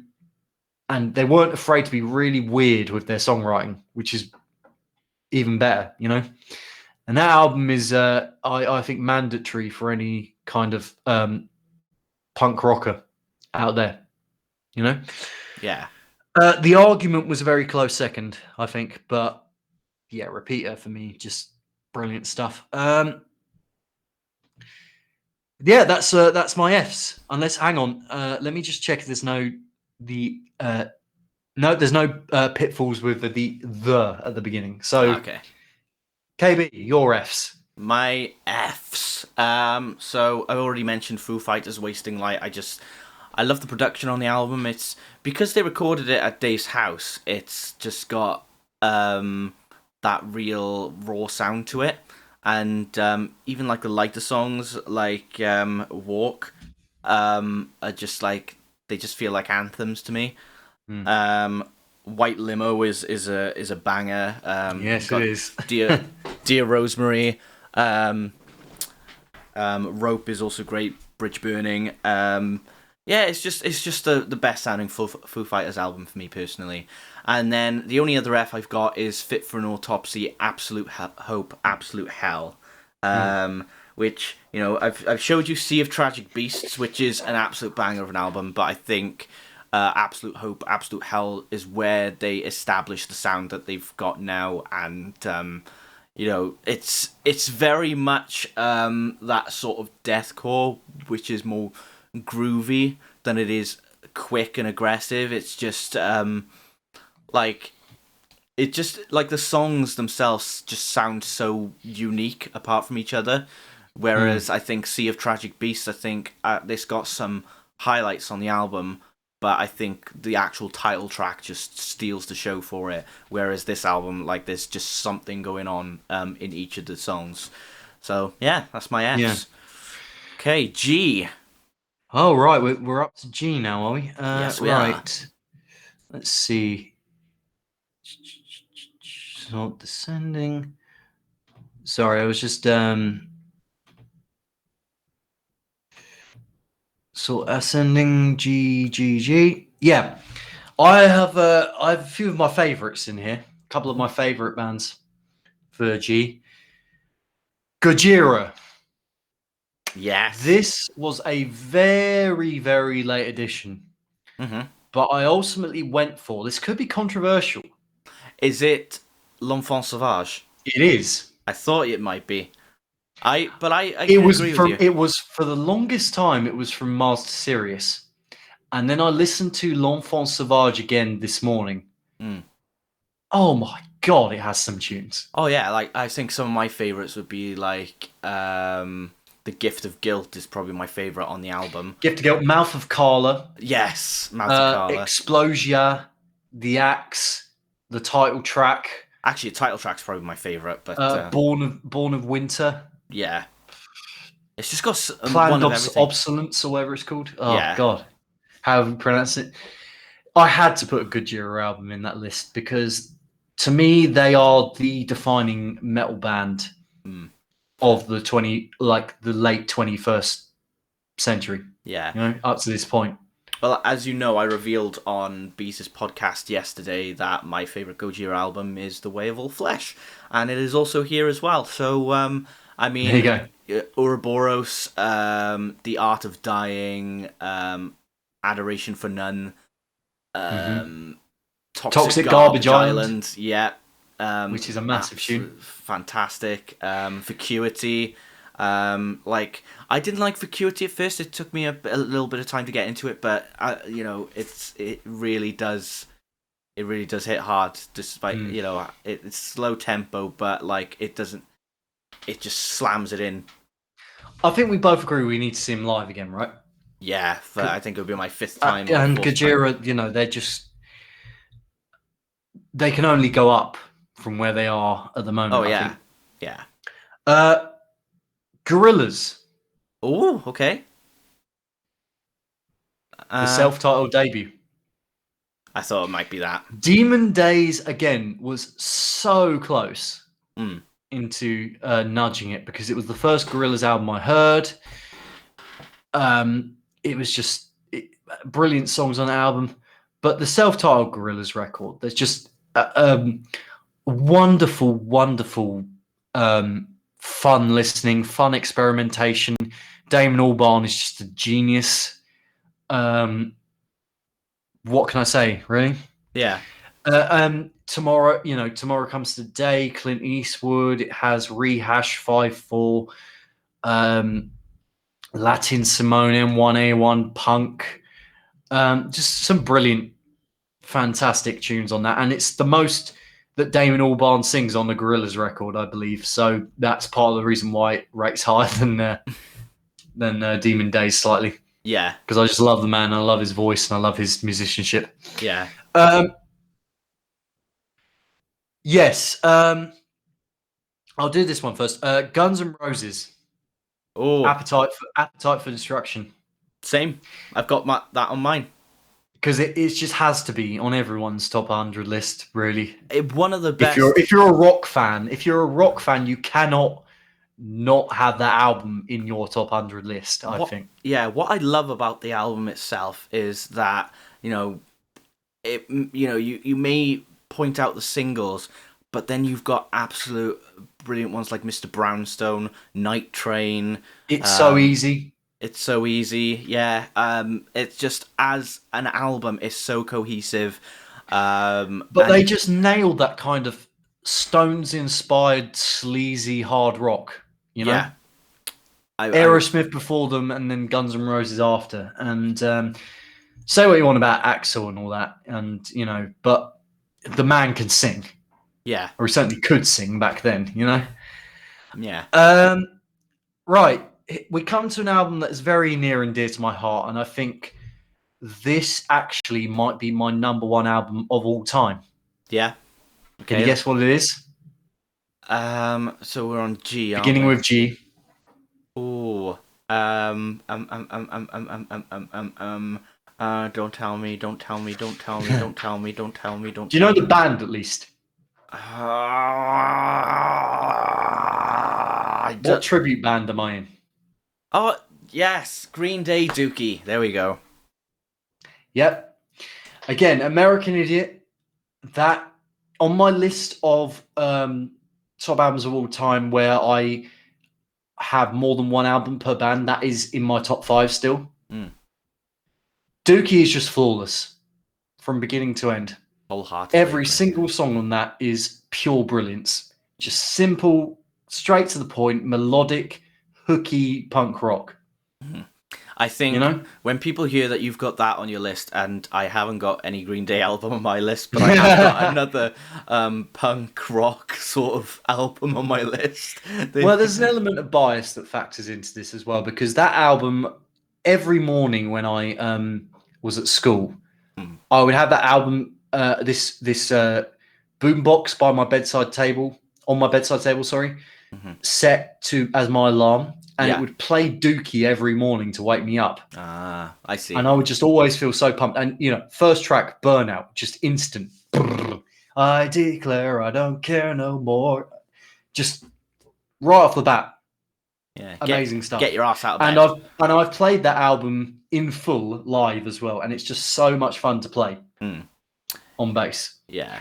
And I never, ever get tired of it. It's one of those albums that I can listen to repeatedly and not get tired of. Like, the amount of times I've heard Basket Case, and I'm still not tired of listening to that song. Yeah. It's quite amazing. Really. You can never get away with those masks in the music video. Where even were those? Oh, I don't know. Still to this day, I don't get it. But, too many bands have their biggest tune, I would say Green Day's biggest tune is Basket Case or American Idiot. But then again, both of these albums kind of factor into the point I'm going to make. Too many of these bands, their biggest song grows tired. You grow tired of their biggest tune so quickly after repeat listens. That doesn't happen with Green Day for me. I can listen to those tunes repeatedly over and over again for years and years, and I'll never ever get tired of them. Yeah, like personally, my favorite Green Day song ever is "Jesus of Suburbia," and Yep, because great of choice. the transitions between a song, like number one, it's creative. Number two, it's quite original for like the time it was at, because it like each part of the song has a phase name, you know, and I thought that was really clever. What I didn't like on Spotify was when they linked two songs together, like "Holiday" slash "Boulevard of Broken Dreams." Yeah, yeah, that Why? was a bit What's the annoying. point? That was a Uh, bit annoying. yeah. But there you go. Get the actual album if you want to have the actual track listing. Oh, I had You know, that was one of my first albums, I hard think the copies. only thing that I think the only thing, it was such a fine margin. The only song that stopped American Idiot overtaking Green Day was probably "Extraordinary Girl," which is still a Yeah, great tune, but it's not. It's not as good as some of the other songs on. Letterbomb. On How dare you? Letterbomb is amazing. No, that's what I mean. Letterbomb's great. You were saying Oh right, I was going to say, geez, I thought you meant "Letterbomb" was your tune from American Idiot that you didn't like. no, no, no, God, no, no, no, no. no, but that's "Extraordinary Girl" is really the only one that kind of stops American Idiot from overtaking Dookie. But the fact of the matter is, both those albums are magnificent. Um, yeah, that's all of my G's. Unless, Okay. hang on, yeah, that is all of my G's for now. All right. So my G's, my G, G's. yo, yo, yo. The first one, and I think like most metal most metal critics. Actually, that is what sound is made when anybody reads a Kerrang article. So to be fair, Hey, there you go. um, so Ghost Meliora, I'll just come out and say it. Fantastic. Like I think you can round up any Ghost album, and I think Meliora is the one that Melior is the one with that has Absolution on, right? Absolution. That's just the tune and a half. Yeah, Square Hammer. Probably their biggest sounding Is that on? Is that single on to date. Absolution? No, it's on I was Meliora. going to say that's on Pope Star, isn't it? Square Hammer. It's on Meliora, isn't it? Hang on, let me have a look. I'm pretty sure it's on Can Meliora. anyone in the chat confirm? Yeah, Square Um, Hammer. hang on. Meliora. Meliora. Absolution is on. Sorry, is on Yeah, yeah, yeah. Meliora. No. Square Hammer is on Pope Star, but it's on the deluxe edition of Absolution. So I guess it of Meliora. So I guess that counts. Yeah, You have Sirius. from the pinnacle to the pit. Cerise is probably what you're thinking of. Yeah, Cerise. Can you hear the thunder that's breaking in your heart? It's just Oh so my god. anthemic. Next, I've got Gold Key Hello Phantom. I remember. Nice. I Yeah, didn't know you were a Gold Key fan. that's it's one of those albums I always just go back to ever Yeah, since I that's a saw them fantastic record, on. actually. They were on the lineup for 2018, wasn't it? Download. Something And like then that, yeah. Hello Phantom just had wonderful. Oh, that's probably where I've got like Melly Auras. They've got a bit of a Queens of Stone Age type vibe about them, I think. Yeah. Gold Key. It's just always such like a it's such an easy listen if you're stoned. Not that I'd know. Mm. Then we've said Gojira. I've also technically got Gold Key on my top 100 albums list, Yeah. but not Gold Key, and I'm going to leave it at that. All right. Okay. We said Gojira and Guns N' Roses because yeah. All right. So the last G for me is Good Charlotte: The Chronicles of Life and Death. Oh, very nice. Yeah, I think this was like an album that when I was even before a teenager was always listening to songs like the title track, SOS, Walk Away, The World Is Black. As cheesy as it sounds now, it was just such a classic to listen to back in the day. um, We Believe, I think, is probably the weakest song for me on the album, but it's the most well-rounded album from Good Charlotte, and they went a bit more serious with it. I think in a weird kind of way it worked, and then they came out with Good Morning Revival, and they were back to square one for me. Nice. I'm just thinking, should we stop at L, by the way? Yeah. Yeah, just halfway through. Okay. Just to make sure we're not, this could go on for ages if It we give could. like explanation for every single one. But we do want to emphasize why it's on the list, We could always do a bonus. So are we up podcast to episode. H then? Yes, we are. All right. Well, I'm going to get my controversial one out of the way right off the bat. The hell, Joris. After what you said earlier, I was like, I don't rate a 50-second song. Because that album is just, it's just so much fun to listen to again. And, I know it's silly, right? But 2020 was a shit year, right? That album was so much fun. It made me forget a lot of the troubles that I was facing throughout last year. And that's the sign of a good record, Mm. And I think it's genuinely, it's rare that a comedic band actually makes me laugh, like properly laugh, Yeah. But that band, they've really tapped into something really quintessentially British and hilarious to me, whilst also the musicianship actually being very good. So there we go. Hatebreed. This answer might again be quite controversial, but it's for now, it's the rise of brutality. I can't really say much about Hatebreed, to be honest, because I'm not a massive fan. You're not a massive fan. Rise of Brutality, they really, I think, straddled the gap between when Jamie kind of still had his aggressive voice, but also when they were starting to bring more hooks in, more riffs. I like a load of Hatebreed albums. That one kind of just edged it for me. Right. And then just, the message of all Hatebreed songs, which I love, is just positive mental attitude and rising up through being oppressed. I love the lyrical content. It makes you kind of, really inspires you, really. Despite their name and their album tracks and the titles, they're a deceptive band, Hatebreed. I think they're actually spread a really positive outlook and doing it through badass, really cool metal songs. Yeah. Higher Power, 27 Miles Underwater from last year.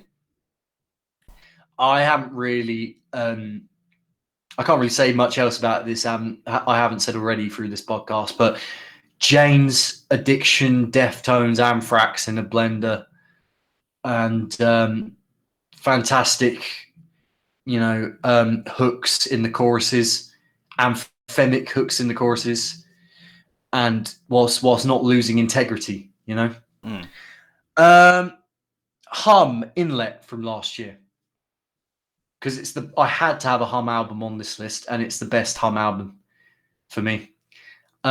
Brilliant, expansive kind of desert / shoegaze rock with heavy monolithic riffs and a great kind of slackery alternative 90s vocal delivery from Matt Talbot. Husker Du, I had to have one Husker Du album on there, and it's Warehouse Songs and Stories, which is their last album. Because I could easily say because it has Standing in the Rain on it, which is one of the best power pop / alternative rock tunes ever written. These Important Years as well. These songs just really, heartland rock almost in their anthemic nature, and the really how inspiring they are. And something that really hits you, makes you want to pump your fist in the air. Yeah. There's 20 songs on that record as well, so you can really, delve into it a lot and really pick out a lot of nuances. But it's certainly the best produced Husker Du album as well. Yeah. I just think there's such a great influence on all the punk and alternative that came out in the 90s. Really, really important band. fantastic songwriters, fantastic guitar playing, and vocals and harmonies. Mm. So there we go. And is there any other H's that have? Nope, that's it for now. So that's All all right. my H's done. Okay, so for myself, I've only got two here. The first one is hacktivist outside the box. Nice. Now, people would say, well, it's old songs like sort of remade and stuff, put onto one album, but like for the sake of it, being the intention of taking old sort of first renditions of songs, remaking them, re-recording them for the quality of this album and putting it on there. And that mixture of grime and gent, which I think they do so well. Brent. Grent, yes. It sounds like Brent or something. Brent Hines. Or Jime. Jime, yes. I think it just does that really well, and it's got some great cameos from the likes of Jamie from who was in Heart of a Coward and Silosis, and Rue Reynolds from Enter Shikari is also in there as well. I thought he was on that. Yeah. And so no, that's Hacktivist is a good shout. They're a good band. Yeah. I like to know what they're like live. I bet they bring it live. I saw them. They were at Throwfest, which was in Cardiff, Womanby Street, and they did blow the house down with that. Brilliant. Yeah. And then the second one for me was him, Screamworks' Love in Theory and Practice, which is a bit of a different one to say the least. I just think in terms of like how many songs I like off one album, I would say this is the album that definitely does that for me. Like, I love metal and other ones, but him are a great band. I've not gone on their albums yet. I'm gonna have to dig deep, I guess, into their albums. Yeah, I just think like in terms of Hacktivist, I think it's weird. Like they've never tried to they've always tried to just do singles and then remake the singles and remake the singles, and I'm wondering if that possibly is a reason that they something to do with why they've been held back a bit. Yeah. Yeah. I don't know. But they are carrying themselves forward a bit more now, which is good. So it'll be exciting to see where they go. But, yeah, for sure. Anyway, those are my H's. Right. Do you have any for I and J? I have I have two. You could probably because I don't have any for I and J yet. So the floor is yours. Okay, fair enough. So for I've got In Flames Clayman. I think it's like many people would say Horacle, but I think Clayman is just that one. Right before In Flames decided to kind of change the sound entirely, but it just has that pioneer of that melodic death metal, sort of in a different style to like Children of Bodom and stuff. But you just got. And the production on the album, the way they re-recorded it in 2020 was shite compared to what the songs on the album originally sound like. They sound so muddy. Why did they decide to re-record that album? Fuck knows, because it sounded great already. So, and they just made it. I've never listened to In Flames. In Flames are one of those bands I keep meaning to check out, and the Clayman is the one that everyone recommends. Actually. Yeah, and then the other I is Iron Maiden with Power Slave.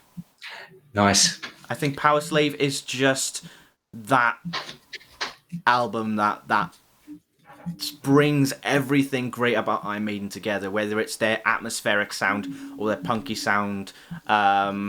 It's just, I think Power Slave is just the one that's got it all, and it's got Aces High as well.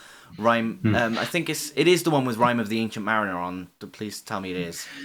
I think it is. Yeah, I think you're right. Yeah, it better be. but yeah, like Flash of the Blade. Yes, it is. Yeah. Yeah.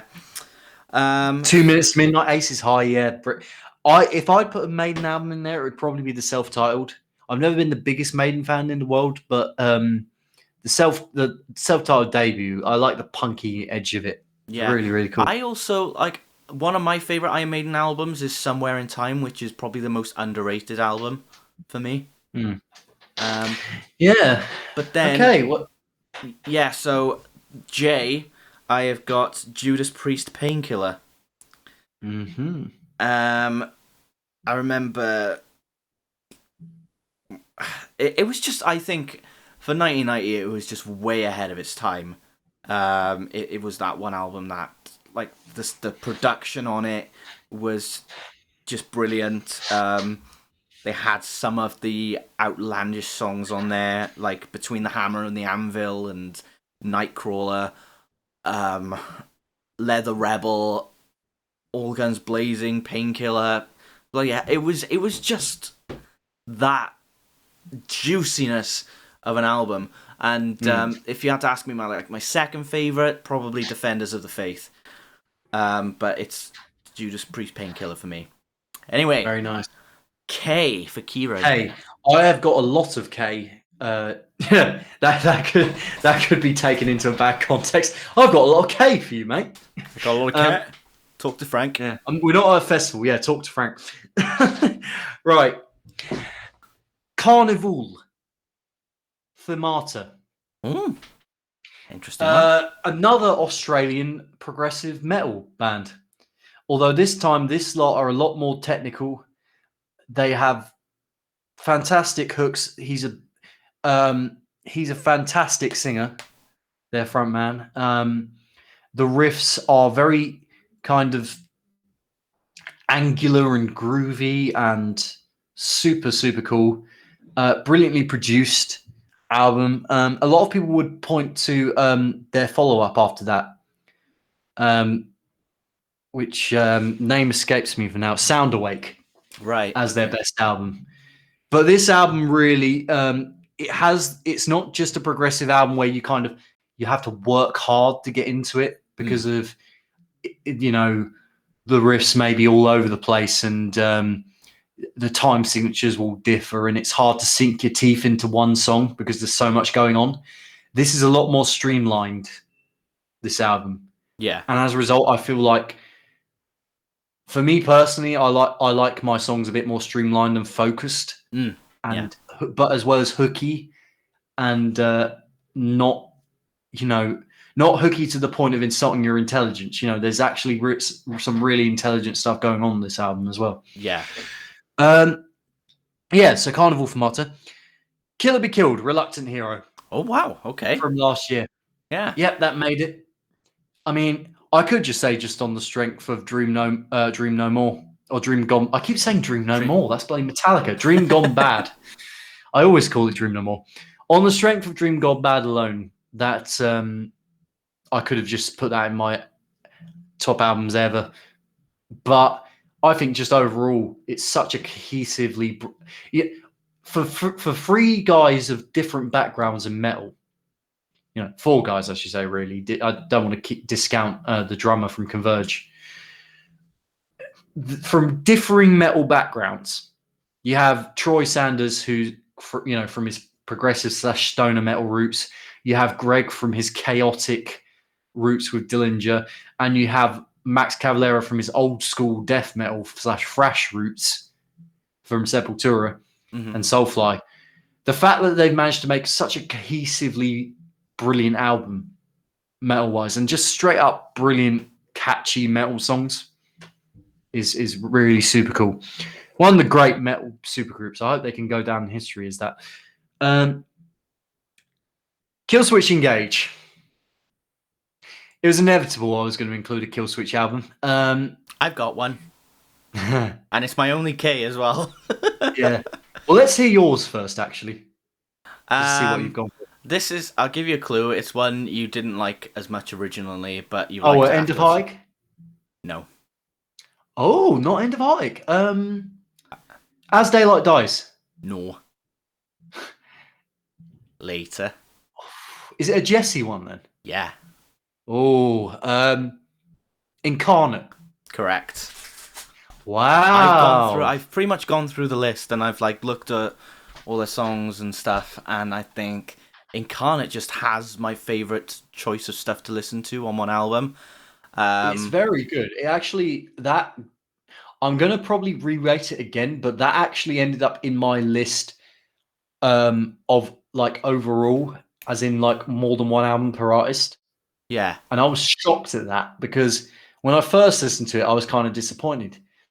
But it's a hell of a grower, that mm, album. not Partly not a shower. I'm a bit biased because I love Killswitch, but yeah, I think it's a terrific album actually as it goes. I'm going to Yeah, probably re-rate it, see where it actually lands. But for now, my Killswitch album is Alive or Just Breathing. I thought it might be. As Daylight Dies is super close to that in terms of quality. Hmm. But Alive or Just Breathing is flawless. It's just that album really, I'm a little biased, that album really helped me branch out into heavier styles of metal. Mm.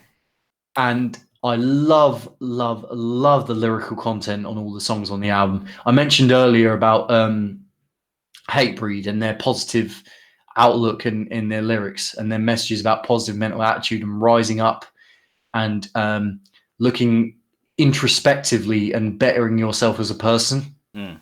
Yeah. That's all over Alive or Just Breathing. Yeah. I think like Alive or Just Breathing, I love how it wasn't afraid to get down and dirty. Like it was just the sole intention of it was to be as heavy as it could be Mm. for a metalcore Oh, album. mate, but they had like they weren't afraid to be melodic either. Like I Yeah. said, with songs like Element of One and Self Revolution, Mm. Jesse wasn't afraid to sing, like really sing, considering his hardcore background. And obviously, through that, they were kind of the progenitors of that American Yeah. metalcore movement, But Number Days blending has to those two be styles together. my absolute favorite off that album though. It's Oh, just it's brilliant. Johnny Every Rotten song Roll, is Johnny brilliant on that Rides. album. So good. Every song is brilliant on that album for me. And it will always get me pumped listening to that album. It will make me feel like I can take on the world. Yeah. So that is absolutely an album that's in my top 10, Hmm. high up. Again, As Daylight Dies, Yep. by far my favorite Howard album, and it was very, very close to Alive or Just Breathing in terms of quality, but just edges it for me, Alive or Just Breathing. Hmm. Korn. This might surprise you, this album choice. Oh, I forgot to put a Corn one in there. Okay, I am adding a Corn one in there right off the bat. But all right, mine is Issues. Right. Issues is up there. Mine, this is actually going to be, this might even be quite controversial for a lot of people, but mine is Life is Peachy. I can see it. I mean, like, Because it's weird. it's not like you're choosing A Corn lot of it. 3, don't worry. A lot of people go for the debut. I guess I need to really sink my teeth into the debut a bit more. Yeah. But Life is Peachy it's a good marriage to me of the really weirder, darker aspects of Korn and the straight up groovy kind of hooky tunes that they have, like Good God and um, the cover of Lowrider, which is hilarious and dark and twisted at the same time. Twist as well. Yeah. Um, All Day I Dream About Sex. yeah, Adidas. Yeah. Brilliant, brilliant tune. Yeah. Yeah, the Korn. I've always been a bit kind of. They've never been one of my favorite bands, Korn. Yeah. But you have to respect the graft that they've put in, and their songwriting ability, and just how unique their sound is, and how idiosyncratic they are. When you listen to a Korn song, you can tell it's Korn. Yeah. Absolutely. And yeah, they're very, very, very good band. Yeah. So I felt like I had to do them justice by including an album on my list, and it was that one. Yeah, I think for me, Issues just feels like the darkest sort of Korn record. Somebody, Someone just like has that. Falling Away from Me as well. Falling Away from Me is great. Somebody, Someone has like that really sort of gloomy chorus going into it with Hey Daddy, let's not talk about that one, or Trash. Just those sorts of songs, but it's so chaotic in that sense. That is brilliant. So that's what allows it to hit home for me. Yeah, Um, I think everyone's got. I think it's one of those ones where there's not really a wrong answer with Korn. You can pretty much go yeah, for any of their albums, and it would I kind of mean, stick.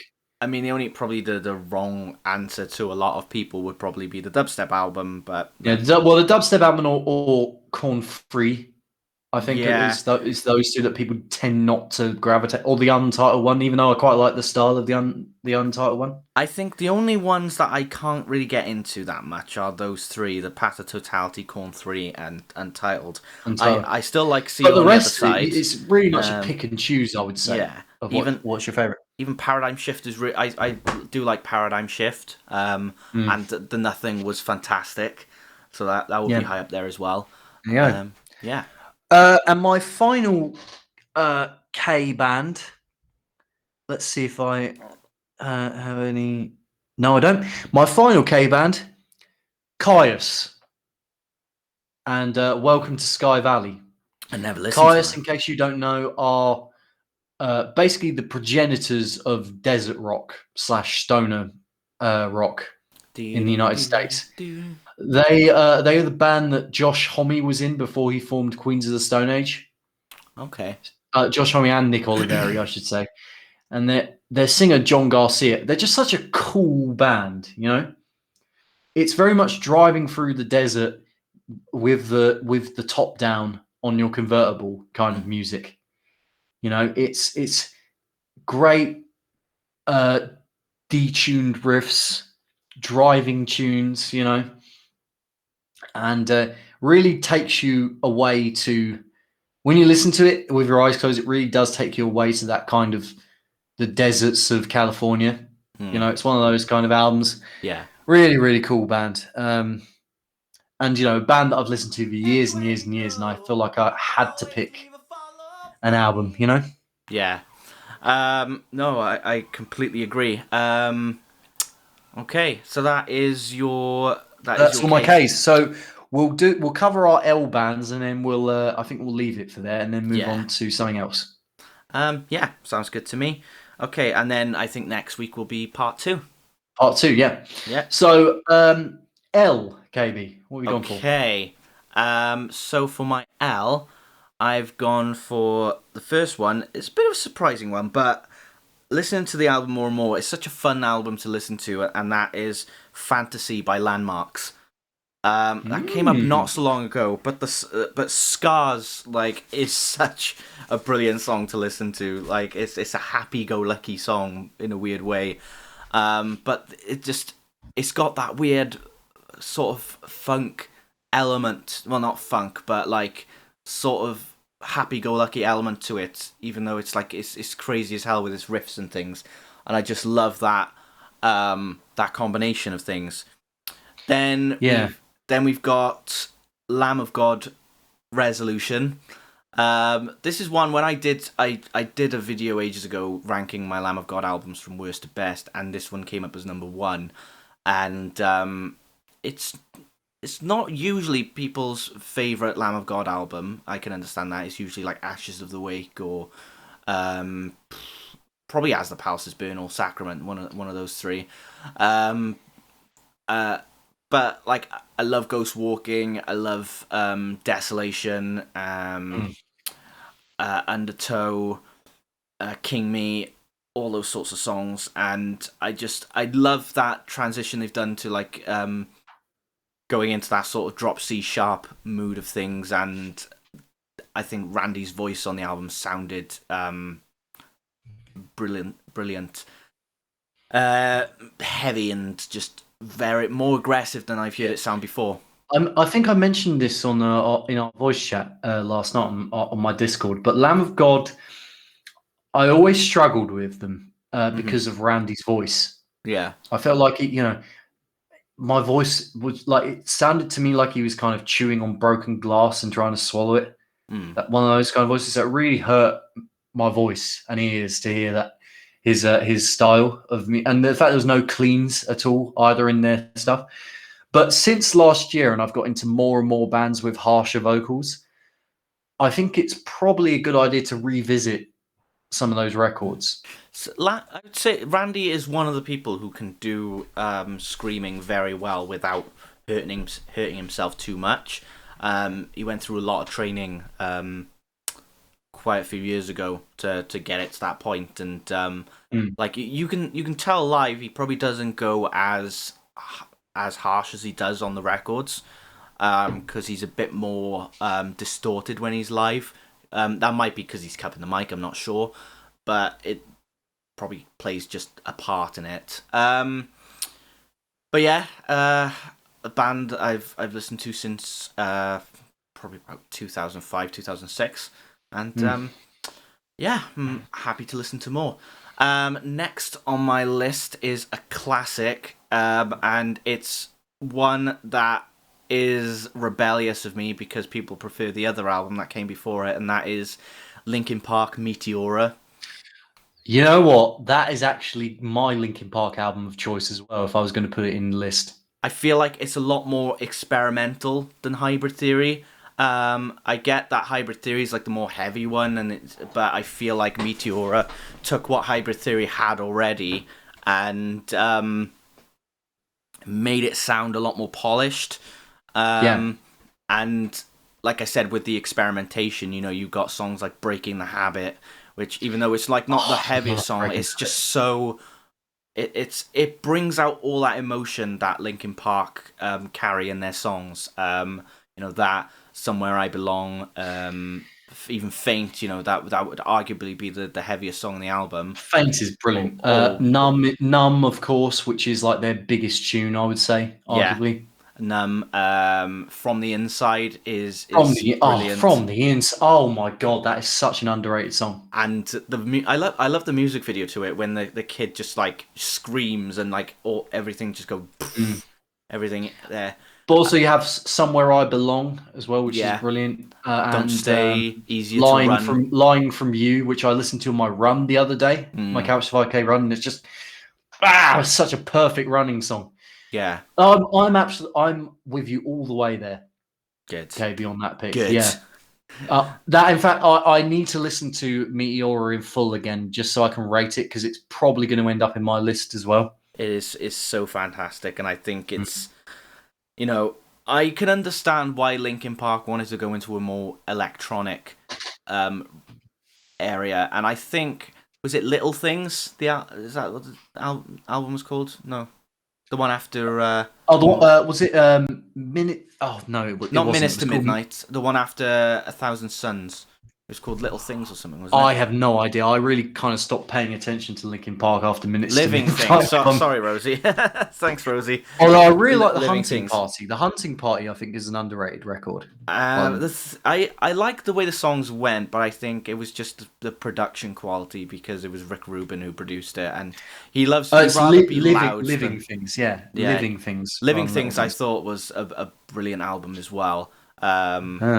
And like I listened to the latest album more and more, and I don't really feel like it deserves the backlash it got. Yeah. It's actually I find it quite a good album. It took me a while to get into look. Your cover of One More Light definitely helped. I don't wish to gush, but I was like, wow, yeah, this is actually a good tune. Yeah. Talking to Myself is a good one as well. But Meteora, I absolutely agree. Like, I feel like that bridged just the right gap between like when they started to go full bore, like mainstream rock / metal, and their kind of new metal roots. Yeah. Right. I just like the songs more on that album, I would say, than Hybrid Theory, personally. Yeah. All right. So that's going to be probably going to be a very late addition to us. And yeah, your last L pick. Yeah, this I don't know why. Teenage Wrist reminds me of this band a tiny bit, but my last pick is the self-titled album from Lower Than Atlantis. Oh, nice. I listened to it over and over again, and there's something about his voice that really steals it for me, and the songs are catchy as hell. The production is solid, and you can just go through it all. And You know what? Not got tired of it. I really like Lower Than Atlantis. And like You their know? album that came after that was great as well. But I just The feel like this one self-titled album is has, kind of, for a lot of people, it's where they kind of started going a bit downhill. yeah, But I don't know. I still think I think it's got some cracking tunes on it, personally. I think so as well. English Kids in America and Emily as well. But Some like good songs on that. number one, I love. Yeah, and I thought Saving Sound was a good album as well. I mean, I'm quite a late bloomer to Lower Than Atlantis, so I can't Yeah. really come into it and go, they're not as good as they once were. You know, it'd be weird for me to do that if I've just come into it. I feel like any of the first three could potentially make it on my list. I just need to I need to listen to them all again Yeah. and rate them. But yeah, like world record would probably be up there for me for my Lower Than Atlantis pick. Hmm. Beach Like Tree is just such a massive tune. Sometimes you can't really describe in detail why you like the albums you like and they're like on your list. Yeah, It's because just it unless you were just to, touches a specific part of your soul I where would you have go, to listen to each individual song "Hmm." and write some notes and see how they form Yeah. Well, together. see, I'm quite meticulous like that as well. Mm. But there's occasions where I was out for a walk a few months ago and Up in Smoke came on randomly from Well Record, Yeah. and internally I was just like, yes, this is a fantastic song. Hmm. You know, nothing more, nothing less. There was no. It was just a full bore raw emotional response to a song. So Yeah. you know, Hmm. right. So that's all your ones then. Hmm. So my L's, and then we're gonna leave it there, and then maybe move on to some football chat, and then we can call it after that. How Yeah. about Sounds good. that? So my L bands, the Lemonheads. It's a shame about Ray. Okay. I think Evan Dando is a genius songwriter, really. And I think his bohemian kind of slacker, carefree style really, people could point to band people like Beck. I feel like Beck has a potential of getting on my list as well. Yeah. He really, a lot of people criticize Evan Dando, I think, for some of the stuff he's put on his records. But if you want a kind of a cool, like acoustic vibe that isn't too kind of overly sentimental and actually has an air of kind of coolness about it, then the Lemonheads are the band for you, really. And I've been listening to them a lot lately in the past few years, and I can't believe they eluded me for so long.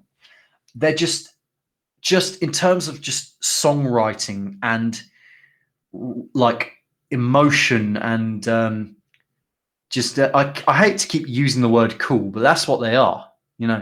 Makes you feel that just summery poppy, power poppy vibes melded in with acoustic stuff and very raw subject matter in some of the songs as well. There's talks about drugs and things, almost grungy, but a bit too sunshine poppy on some of them to be grunge, if that makes sense. Hmm. Really kind of straddles the area between grunge and alternative power pop really well, I Mm. think. Yeah. And there's so much fun to cover acoustically as well, those songs. Yeah. No, agreed. Uh, Loathe, you knew this was coming. You absolutely knew this was coming. I think Laura predicted it in our chat. Yeah. I let it in, it took everything because it's just brilliant. And I've already talked about this album on this podcast in the past, and I can't really say much else about it really, other than it's a brilliant record. Still haven't listened to the new one yet from this year, but I feel like I could probably get into that one as well. And finally, The Lars, self-titled debut album. Was that The Lazaric only solo, is it? Or the only album they ever released, The Lars. oh, Sorry, what were you saying, I said, Kieran? is that a Lazaric's No, Lazaric solo album? The Lars. The Lars. Ah. Yeah, I would say delete that. No, it's His name's Lee Mathers. He's a songwriter from Liverpool. It's his band. This album was released in 1990 after production hell, I guess you could call it. You know, bit like the Stone. We'll get onto the Stone Roses later, but they're in the similar camp of kind of jangly pop, kind of British indie kind of tunes. Mm. But they both were kind of similar bedfellows in the fact that they had real issues getting their records out.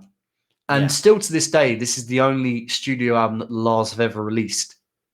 You know, just packed full of amazing kind of power pop, indie rock tunes, you know, preceding bands like Oasis and, all the British indie bands that have come out in the last few years wish they could have been as good as the Lars in terms of their songwriting ability, you know? Yeah. And again, really sentimental, but as a subtext, really dark songs as well, you know, about working class kind of Liverpudlian life. There She Goes, which I've played a few times on my own stream acoustically. You've probably heard that song. And it's made more famous, I guess, by the Sixpence None the Richer's cover of it. Yeah. But that's just a classic slice of British power pop. But it's about heroin, you know. So subtextually, it's very, very dark, which is another thing I love. You know, they're kind of sunshiny, flowery indie rock tunes on the outset. But the subtext of some of the tunes is actually really kind of gritty, which is what I love. Yeah. Just a great all-round record, and it's only the Lars only record as well. So pick that album up if you can. LA apostrophe S, the Lars. Sounds as good. As in LA, Liverpool. Ooh. Right. So that concludes part one of our albums, top 100 albums list. Yep, so we'll go on to next week's. And yeah, next week there's a chance I'll probably add more albums because my list isn't quite full yet, and I've still got a few albums to go through. But for now, we're going to wrap it up with a bit of football chat, and then I think our new segment, which is what have we called this new segment, by the way? Just silly debate or something? I called it Daft Debates. Daft Debates, that's it. I like Daft Debates. Right. So football. I've just seen actually that Leicester have just beaten Liverpool 3-1. That is, and Alisson has made more mistakes leading to that. I don't know. Does that? What is going on with Alisson? Shall we get that out of the way first? Like, seems odd, doesn't it? Because like it's been like since Liverpool of like their form has slowly shriveled. It seems like the defense is crumbling. Matip got injured as well, didn't he? I don't know. I don't know whether it's the combination of injuries, like multiple injuries, the fact that Jurgen Klopp's mother very sadly passed away as well. Yeah, I heard about that recently. I don't know whether that has a factor in it, but yeah, Liverpool's form it just was Van Dijk. I mean, really, is Virgil van Dijk really that big of a component in their title-winning season last season? It goes to show that he was certainly one of the key components of that title-winning side. You know? Yeah, it kind of does infuriate me though that because of this drought, that people are actually tweeting hashtag Klopp out.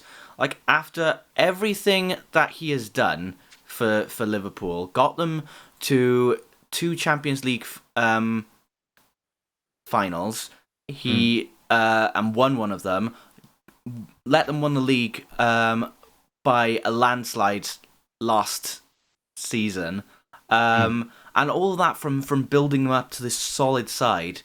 And now, as soon as like there's a bit of a crumble because there's been unfortunate injuries, and the side has now kind of had to change its shape a little bit to make up for that. To accommodate, people are saying Klopp out. I'm like, well, he got you to your first Premier League title in your history. Yeah, the question I would when you were nowhere near from to winning the Premier League for years and years and years, you know. Yeah, the question I would personally ask is, well, if not if not Klopp, who then? Because like it's the It's fun. same. It's funny, he's actually. I'm just looking at an article on Sky Sports. He says he's publicly admitted for the first time that Liverpool's hopes of retaining the title are over. Hmm. Wow, that's I just. Well, you could correct that, Simi, to short-term memories from football fans.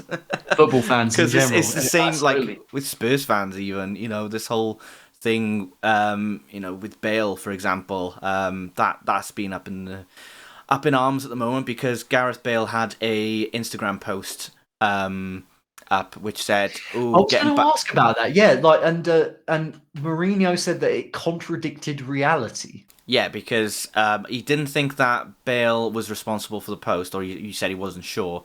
But back to training, ready as ever, or something like that. That's what the caption was. Mm. But it essentially, Jose said, well, he's had to have assessments for injuries and stuff like that. So for that post to be up doesn't really say a lot. And I think Jose was worried about sort of the criticism about people saying, why aren't people playing Bale? He's ready, blah blah blah. Whereas the reality is, well, he's not that ready as the Instagram post suggests.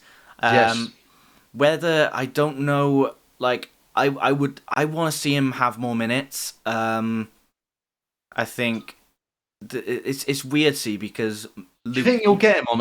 I probably asked this last week. Do you think you'll get him on a permanent basis?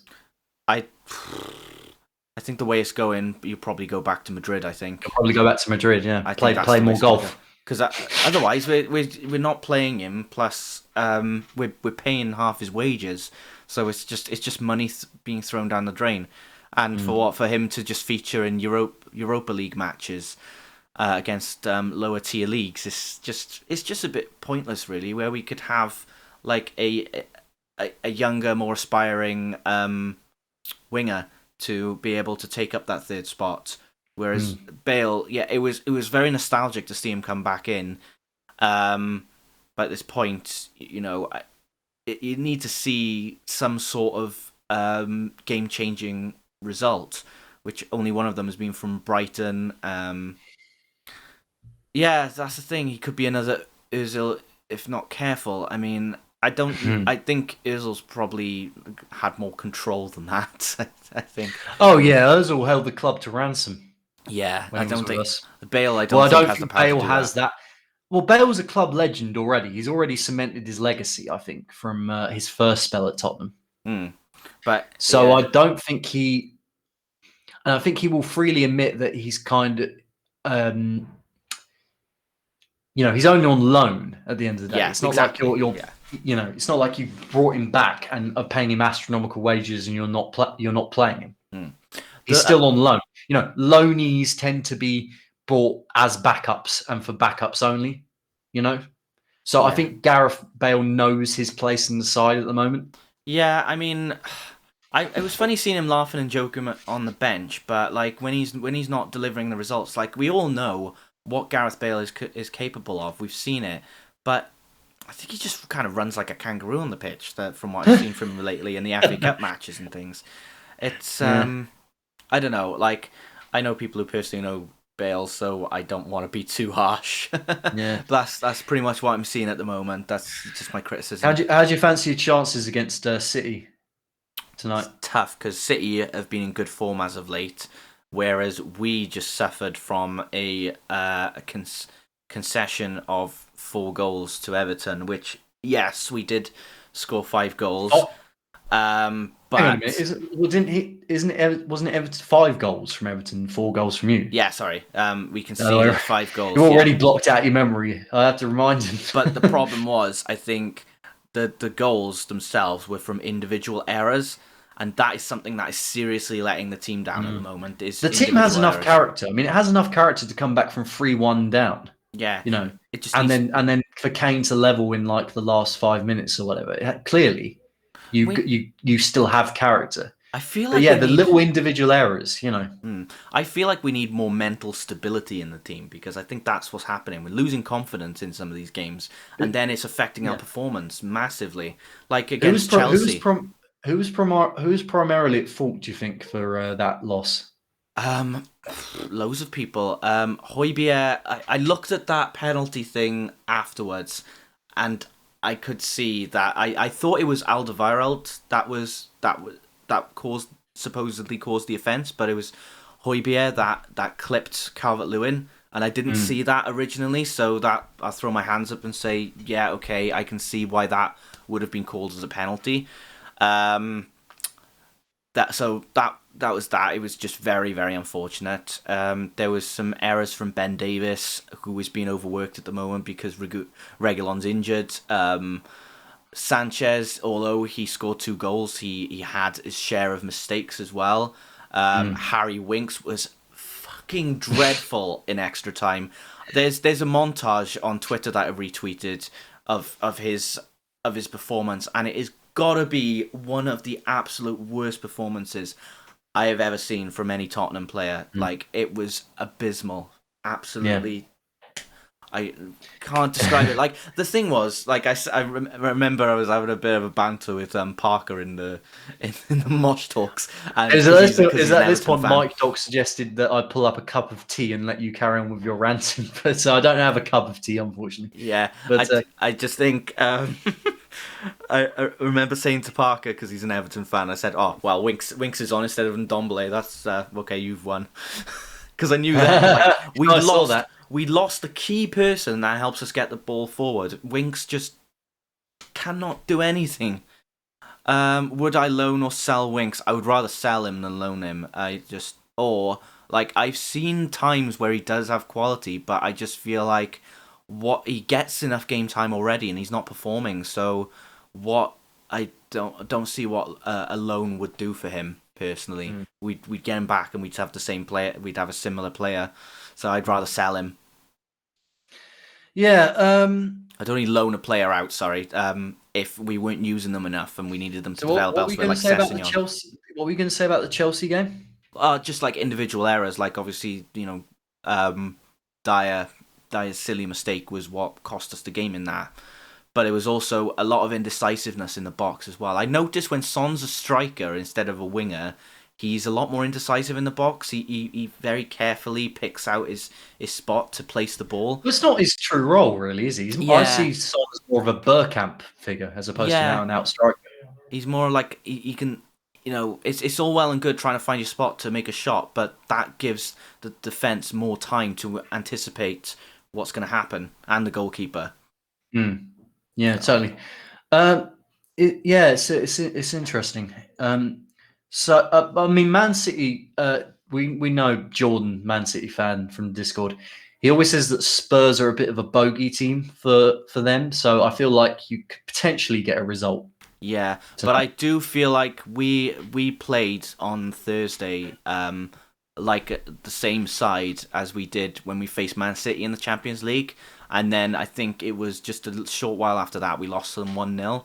So there is the chance of that, and I think Man City. I'm thinking Man City will win this, but I want to hope that we can win. I think the thing that makes us good against Man City is we know how to anticipate their attack and counter on it.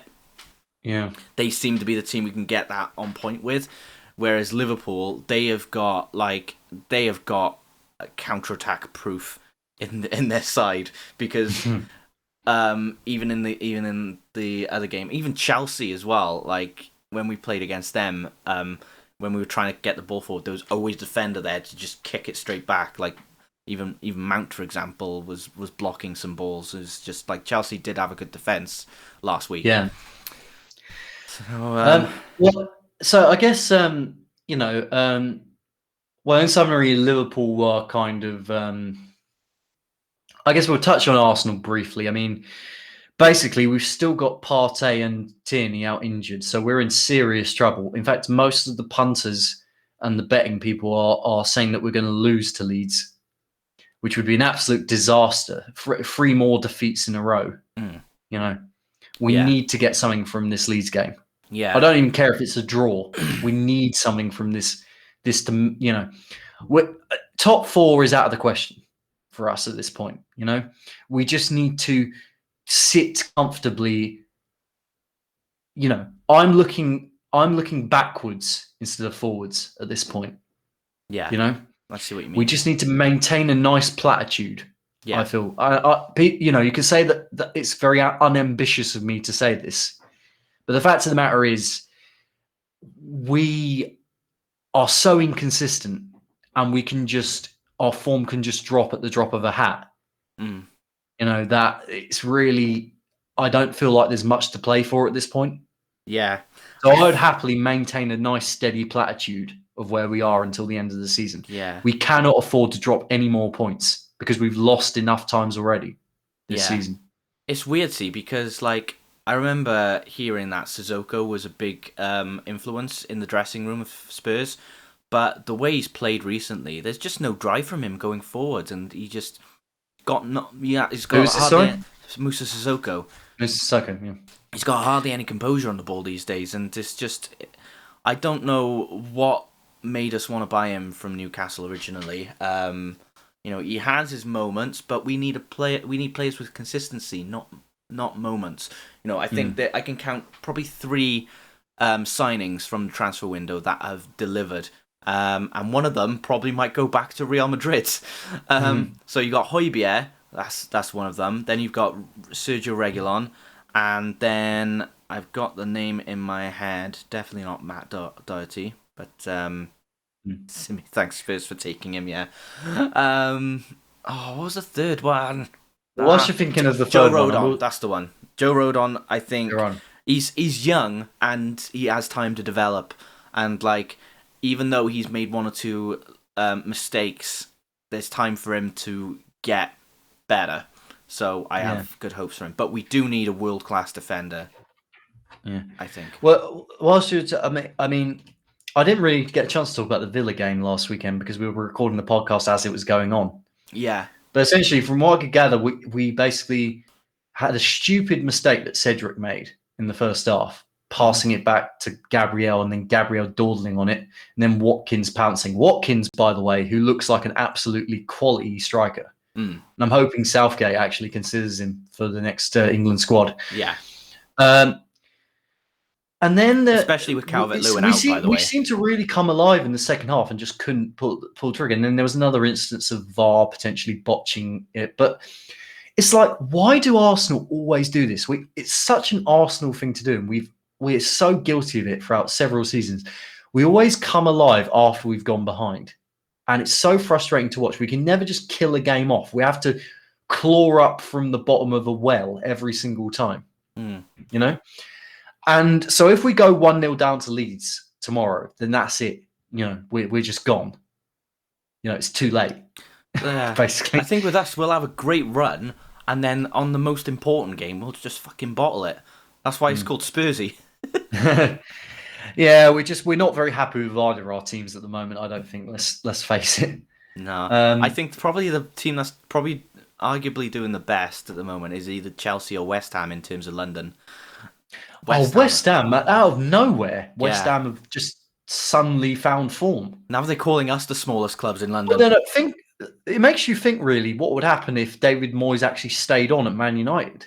Where he could have taken them. Yeah. Because I've always said he was a semi-decent manager, you know? He's just working with owners, in both cases at Man United with the Glazers. And at West Ham with Gold and Sullivan, owners who do not have faith in him. So I still think he's a brilliant tactician. He just needed the resources. And I think West Ham have spent very wisely. They've brought in some good prospects. Yeah, and the way they've turned... They could be a real dark horse for the top 4. And the way they've already turned Jesse Lingard around as well. Like, who would have expected that just to brace... on his debut match. Jesse Lingard, I think that was a massive. Football. I think that was a massive coup, Jesse Lingard. That was. Fantastic. I know he hasn't been good for Man United, but he just didn't fit into Ole Gunnar Solskjaer's system, I guess. I think I remember him having a lot of personal issues at the time when he was performing awfully, but nobody really cared about those personal issues. They just wanted to slag off Lingard, which was sad, really, to tell you the truth, because he never really he never really flipped anyone off with their reactions or anything. He just stayed quiet. You know, he's very respectful about it. Whereas Yeah. you get you got someone like Dele Alli, if he gets I was booed, going he to say just throws Granit the Xhaka. finger. Yeah, Granit Xhaka who slagged off our fans through the captain's armband down, yet inexplicably he's still at the club. Yeah. I just cannot think why. Yeah. Anyway, just so in summary, I guess Liverpool are going to pot. Both of our teams we're not satisfied with. West Ham could end up potentially creeping up the table. Yeah, I heard a rumor as well. It was one of the Twitter accounts that suggested that if Daniel Levy sacks Mourinho, and based on the bets, the odds of 2-1 of Mourinho being the next manager to be sacked, if he goes, then he'd want to replace him with Bielsa. Yeah. That was what I heard. I don't know how true these things are, but it's weird. That could be an interesting fit. I feel like Bielsa is in the same mold of Mourinho as kind of mental kind of results over anything else, type mentality. Just depends how he does it, because somebody's got to keep that team together, because there's just too much division in that team at the moment. I think it is really hurting the team, because it seems like players don't trust each other to deliver results, or players don't trust the defence, so they feel like they have to track back and park the bus. It's been a weird season. Maybe, I don't know, COVID being what it is and everything, and separating players from going abroad or going to see their families, potentially having to be stuck with the same people in your team. That could potentially be a factor in, splitting them apart. Yeah. Somewhat. Yeah. Simi, you're right. Like, Poch wasn't the problem. There's something going on there, and it's just what we need is some sort of squad refresh, and we tried to do that in the summer. But how are we going to do that with players like Bale and getting Joe Hart in on a free and things like that? We need fresh blood, some new players to develop that already show promise, which, it's wage structure, it's that sort of thing that needs to be shown. But the easiest thing is to blame the manager. Always, that's the situation with Chelsea. Always easy to blame the manager. Right. So shall we move on to our last segment then? Yes. So welcome to Daft Debates, where we have to be on opposing sides of the coin to argue for and against a particular topic. The one we got today is a very, very simple one. Cats or dogs? Now, Rob, initially, without arguing yet, what would you be more of, a cat person or a dog person? Definitely a cat person. All right, I'd be a dog 100%. person. I think I'd be a dog person, to be honest. Well, it's going to be interesting if it ends up the other way around then. Go on. Yeah. All right, so what do you call? I'm going to say tails. All right, if you call it right, you get to decide to argue for cats. All right, go on then. Tails. All right then, I'm going to argue for cats then. All right. Okay, so, ladies and gentlemen of the jury, dogs, man's best friend. Except when they lick you to death, but never mind that. That's something that you can seriously see that is a clear sign of affection. And as long as they don't lick their own shit, you should be fine to deal with that sort of thing happening to you. But also, I mean, a dog is a good excuse to go out and have that walk you need to have, especially in lockdown. And there's a reason that dogs are quite expensive in lockdown, because they are that thing to emotionally keep you stable. All right. Why are cats better? Well, I mean, I'm a bit biased really, because I grew up in a household with a cat, and she would just cats are never troublesome for you. I think dogs can be. Dogs are terrifying to start with when they bark at you too harshly, I think, right? And jump up on you, and they can be way too excitable. I don't think cats are more chill, and for a chill mindset that you need a chill animal on occasion. And also, dogs just like, I hate the fact that they just shit all over the place. I hate the fact that when I go out on a walk, I mean, this is more on dog Okay. owners being shitbags than dogs themselves. Yeah. But so many people, when I go out for and shitbags, do pardon that pun, by the way. Um, it just too often I go out for a walk and someone hasn't cleaned up their dog shit, and it just really infuriates me. You know. Mhm. I mean, obviously, if you take cats for a walk, they probably might do the same. But it's like, I feel like every time, especially in like big suburban cities, it's always the cat. You have to do the little side step to avoid it, and it's really Yeah. awkward. And The big problem I see, the big difference I see between dogs and cats is dogs worry about stepping on shit in the street, and cats worrying about stepping on shit in your back garden. oh, I could deal with them shitting in the back garden. It's kind of like fertilizer or whatever. Uh, I don't know I how that works, like. I but mean, like at least it's not inside the house. I feel like kind of. yeah. I mean, And with cat litter trays, you can obviously just they'll do it in the litter tray, so you can just kind of throw it away what I see with without when much it, hassle. I Whereas you would never. actually, if you're out on a walk, there's nothing more degrading to a human than having to put a glove, like a plastic bag on your hand, pick up actual feces, and then put it in a bin. You know? That would show that you're the perfect candidate for jackass. But Absolutely. to counter the point of like cats are, they're quieter and things like that. Yeah, by all means, I think cats you do have to watch out for their claws more. If you get a cat that is bad natured, like in terms of is either really timid or is just aggressive towards anyone that goes after them, it can be more difficult, I think, to train a cat out of that compared to a dog.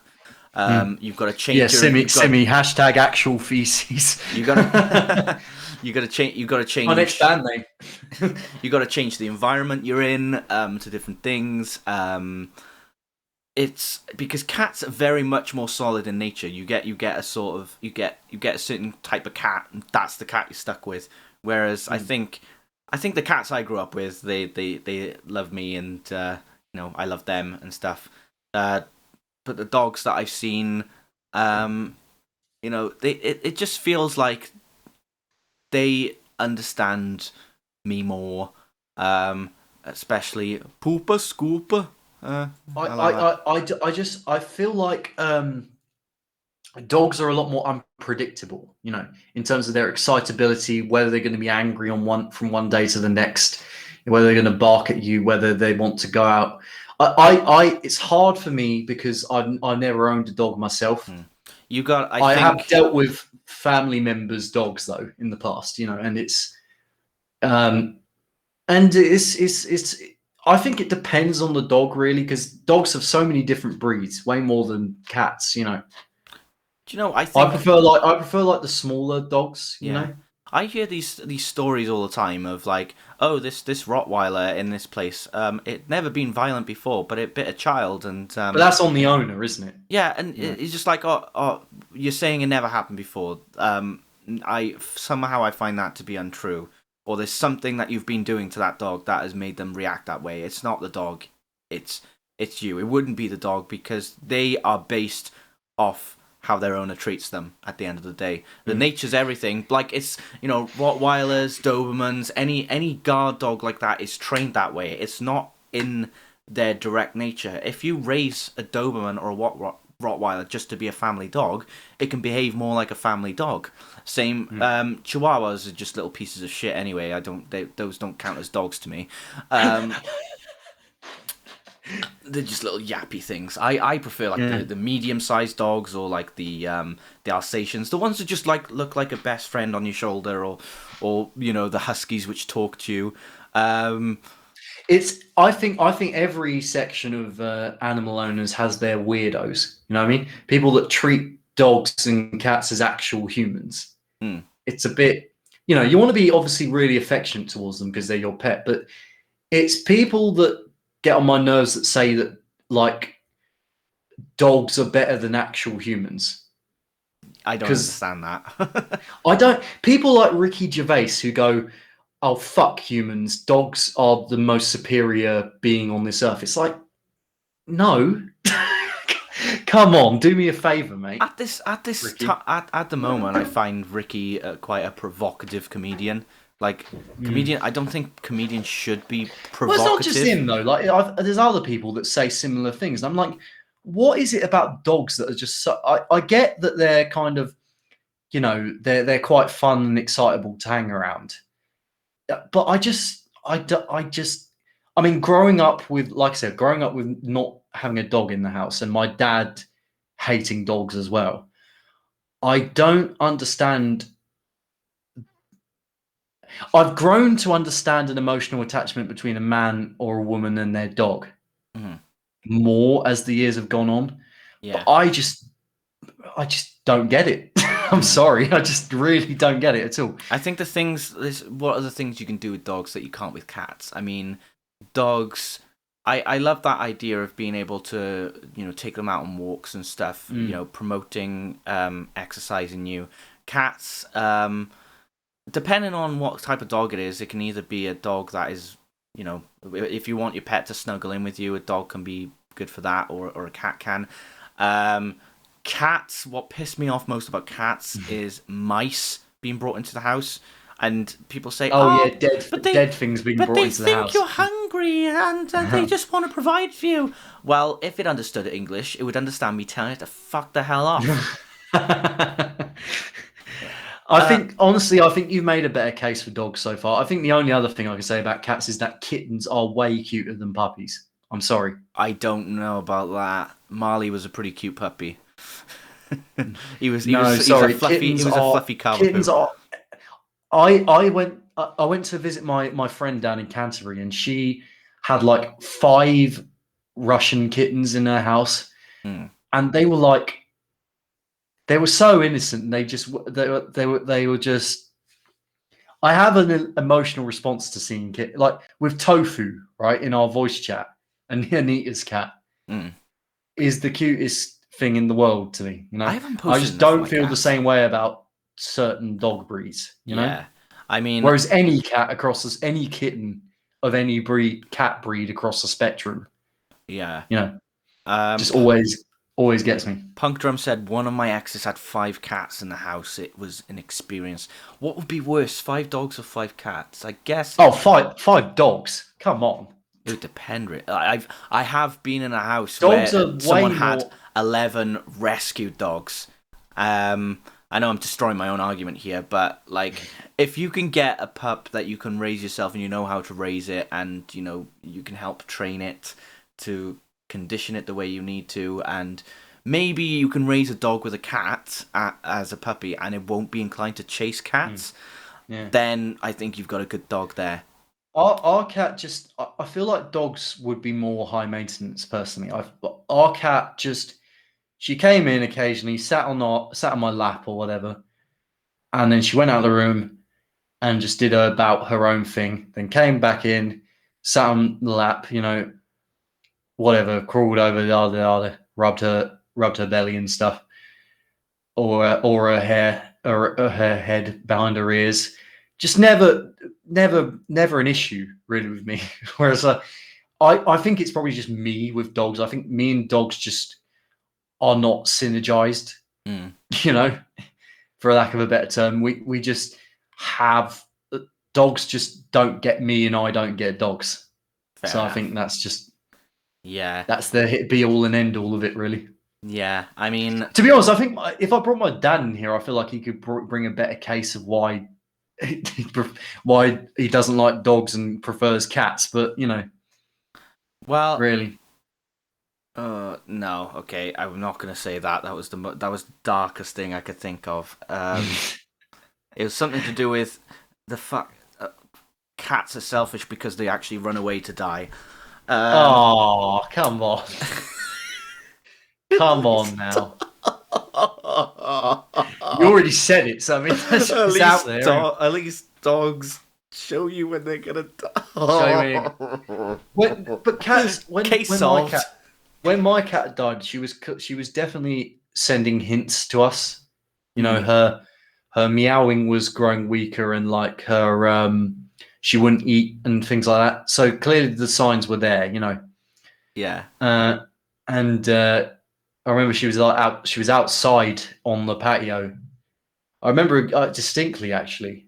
We were watching Tarzan indoors at the time, you know, and the Phil Collins soundtrack came on, and it was it kind of almost, you know, it's one of those moments in time that you always remember, and found her in the garage. But yeah, it was. I just really enjoyed having cats, and you know, my grandparents had a cat as well, and we're thinking about actually getting them a cat as company. Yeah. You know, my uncle owns a dog, and whenever they've come round for Christmas or whatever, the dog has always been really, really excitable and running around and things. And it's fair enough, but I'm just so not more used to cats being on the chill side, you know, I guess. Okay. Well, with that all said and done, I'll leave it to you guys to decide who made the better case. And with that said, I've been asked to do an impression of you, Rob, by Coyote. Oh, I can't wait for this. Go on. Right, well, good stuff. Nice one. Yeah, quah. No, that's not one. Quah! Hello, my name's Rob, distant relative of Steve Irwin. What?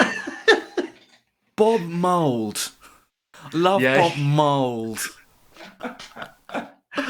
Oh, tiny moving parts. Ooh. How was that? That 10 out of 10, mate. 10 out of 10. Someone clip that. Yeah. So yeah, it's been a longer episode than usual. I can't wait for someone to redeem me to do an impression of you, I got to say. Yeah. Well. Yeah, Fairs, Kyle. You missed out Fairs. Oh, Fairs. Oh, Fair Dues. Fair Dues. Fair Dues. Yeah, Fair Dues. I think. Oh yeah, Fair Dues. Fair Dues. You know what other? You know the other thing I've noticed recently that I say a lot. What's that? Is yeah, no. Yeah, no. So like when I try and make a point, or like someone makes a point to me and goes, "Oh, well, you think that this no," I go, "Yeah, no, I agree with you." I end up saying "yeah, no" as one word so often. Well, they. Oh God! Right. Okay. Oh God. He's doing. Oh no! Right. I'm waiting. Yeah. Right then, love a bit of deathcore, I do. Where are you Smashing. from? Are you from Somerset? I don't know. I'm just trying to do a Welsh accent. You know, it's I love a bit of deathcore, I do, and Pokemon, and yeah. Till next time, guys. Lights out. Oh my God. Deathcore, Bullet for my Valentine. They're like the greatest band in the history of the world. I can't do Welsh. Bullet for my Valentine.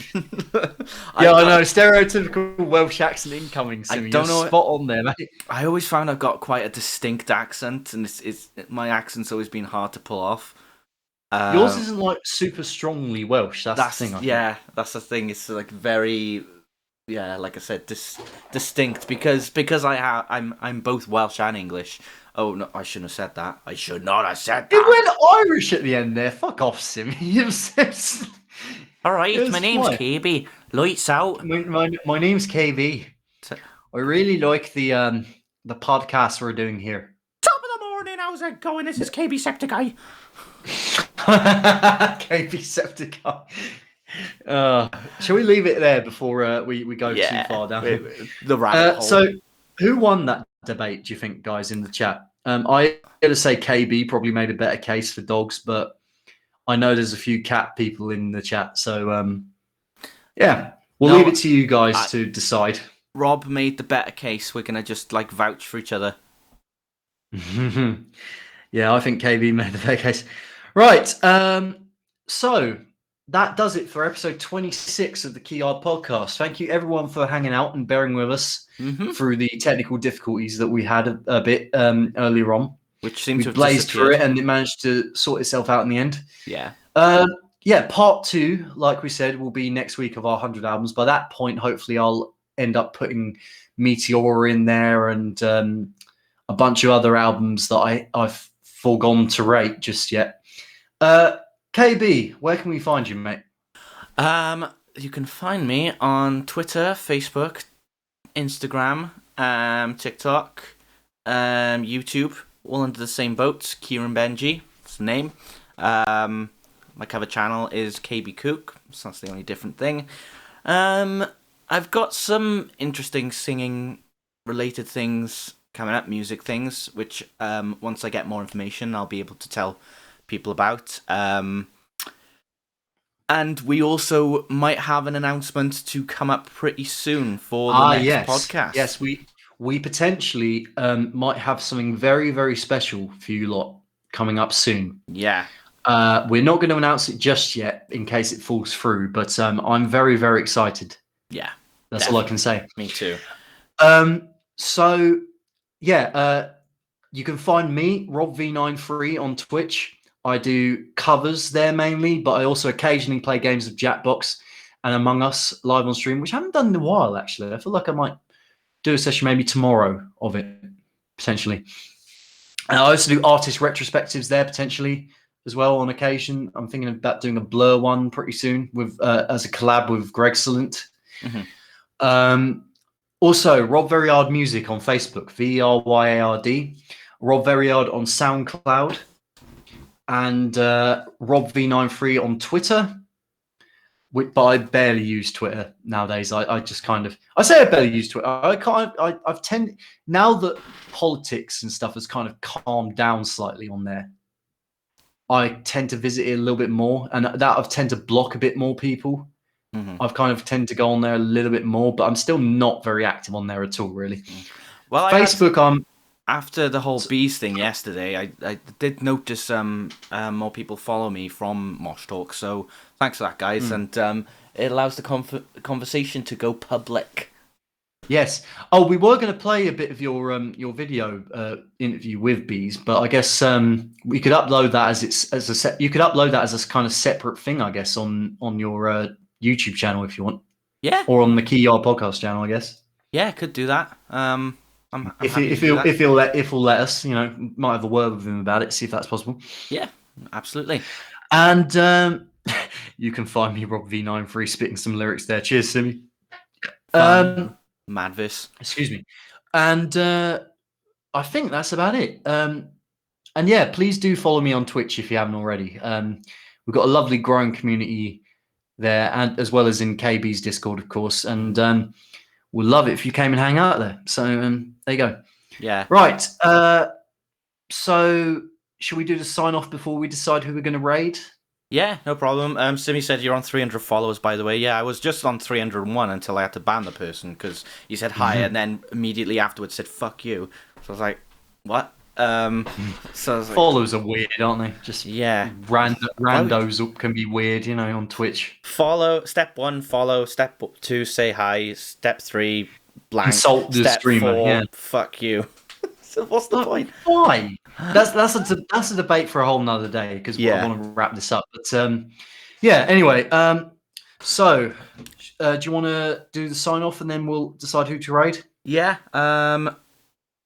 Yeah, absolutely. So, guys, thank you for watching, and until next week, where it could be, and depending on what's happening with our little announcement, it could be part 2 of the albums, or it could be this other thing that we got going on. This other thing, something else entirely. We'll let you know, and if that thing does happen, then that will take priority, I think, if you agree, Rob. Of course, yeah. Yeah.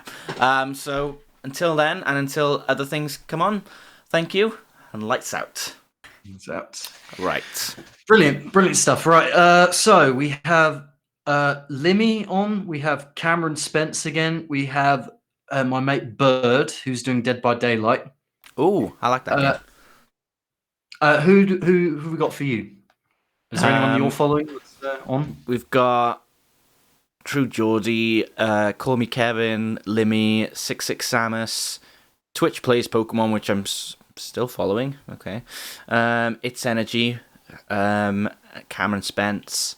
That seems to be it for me.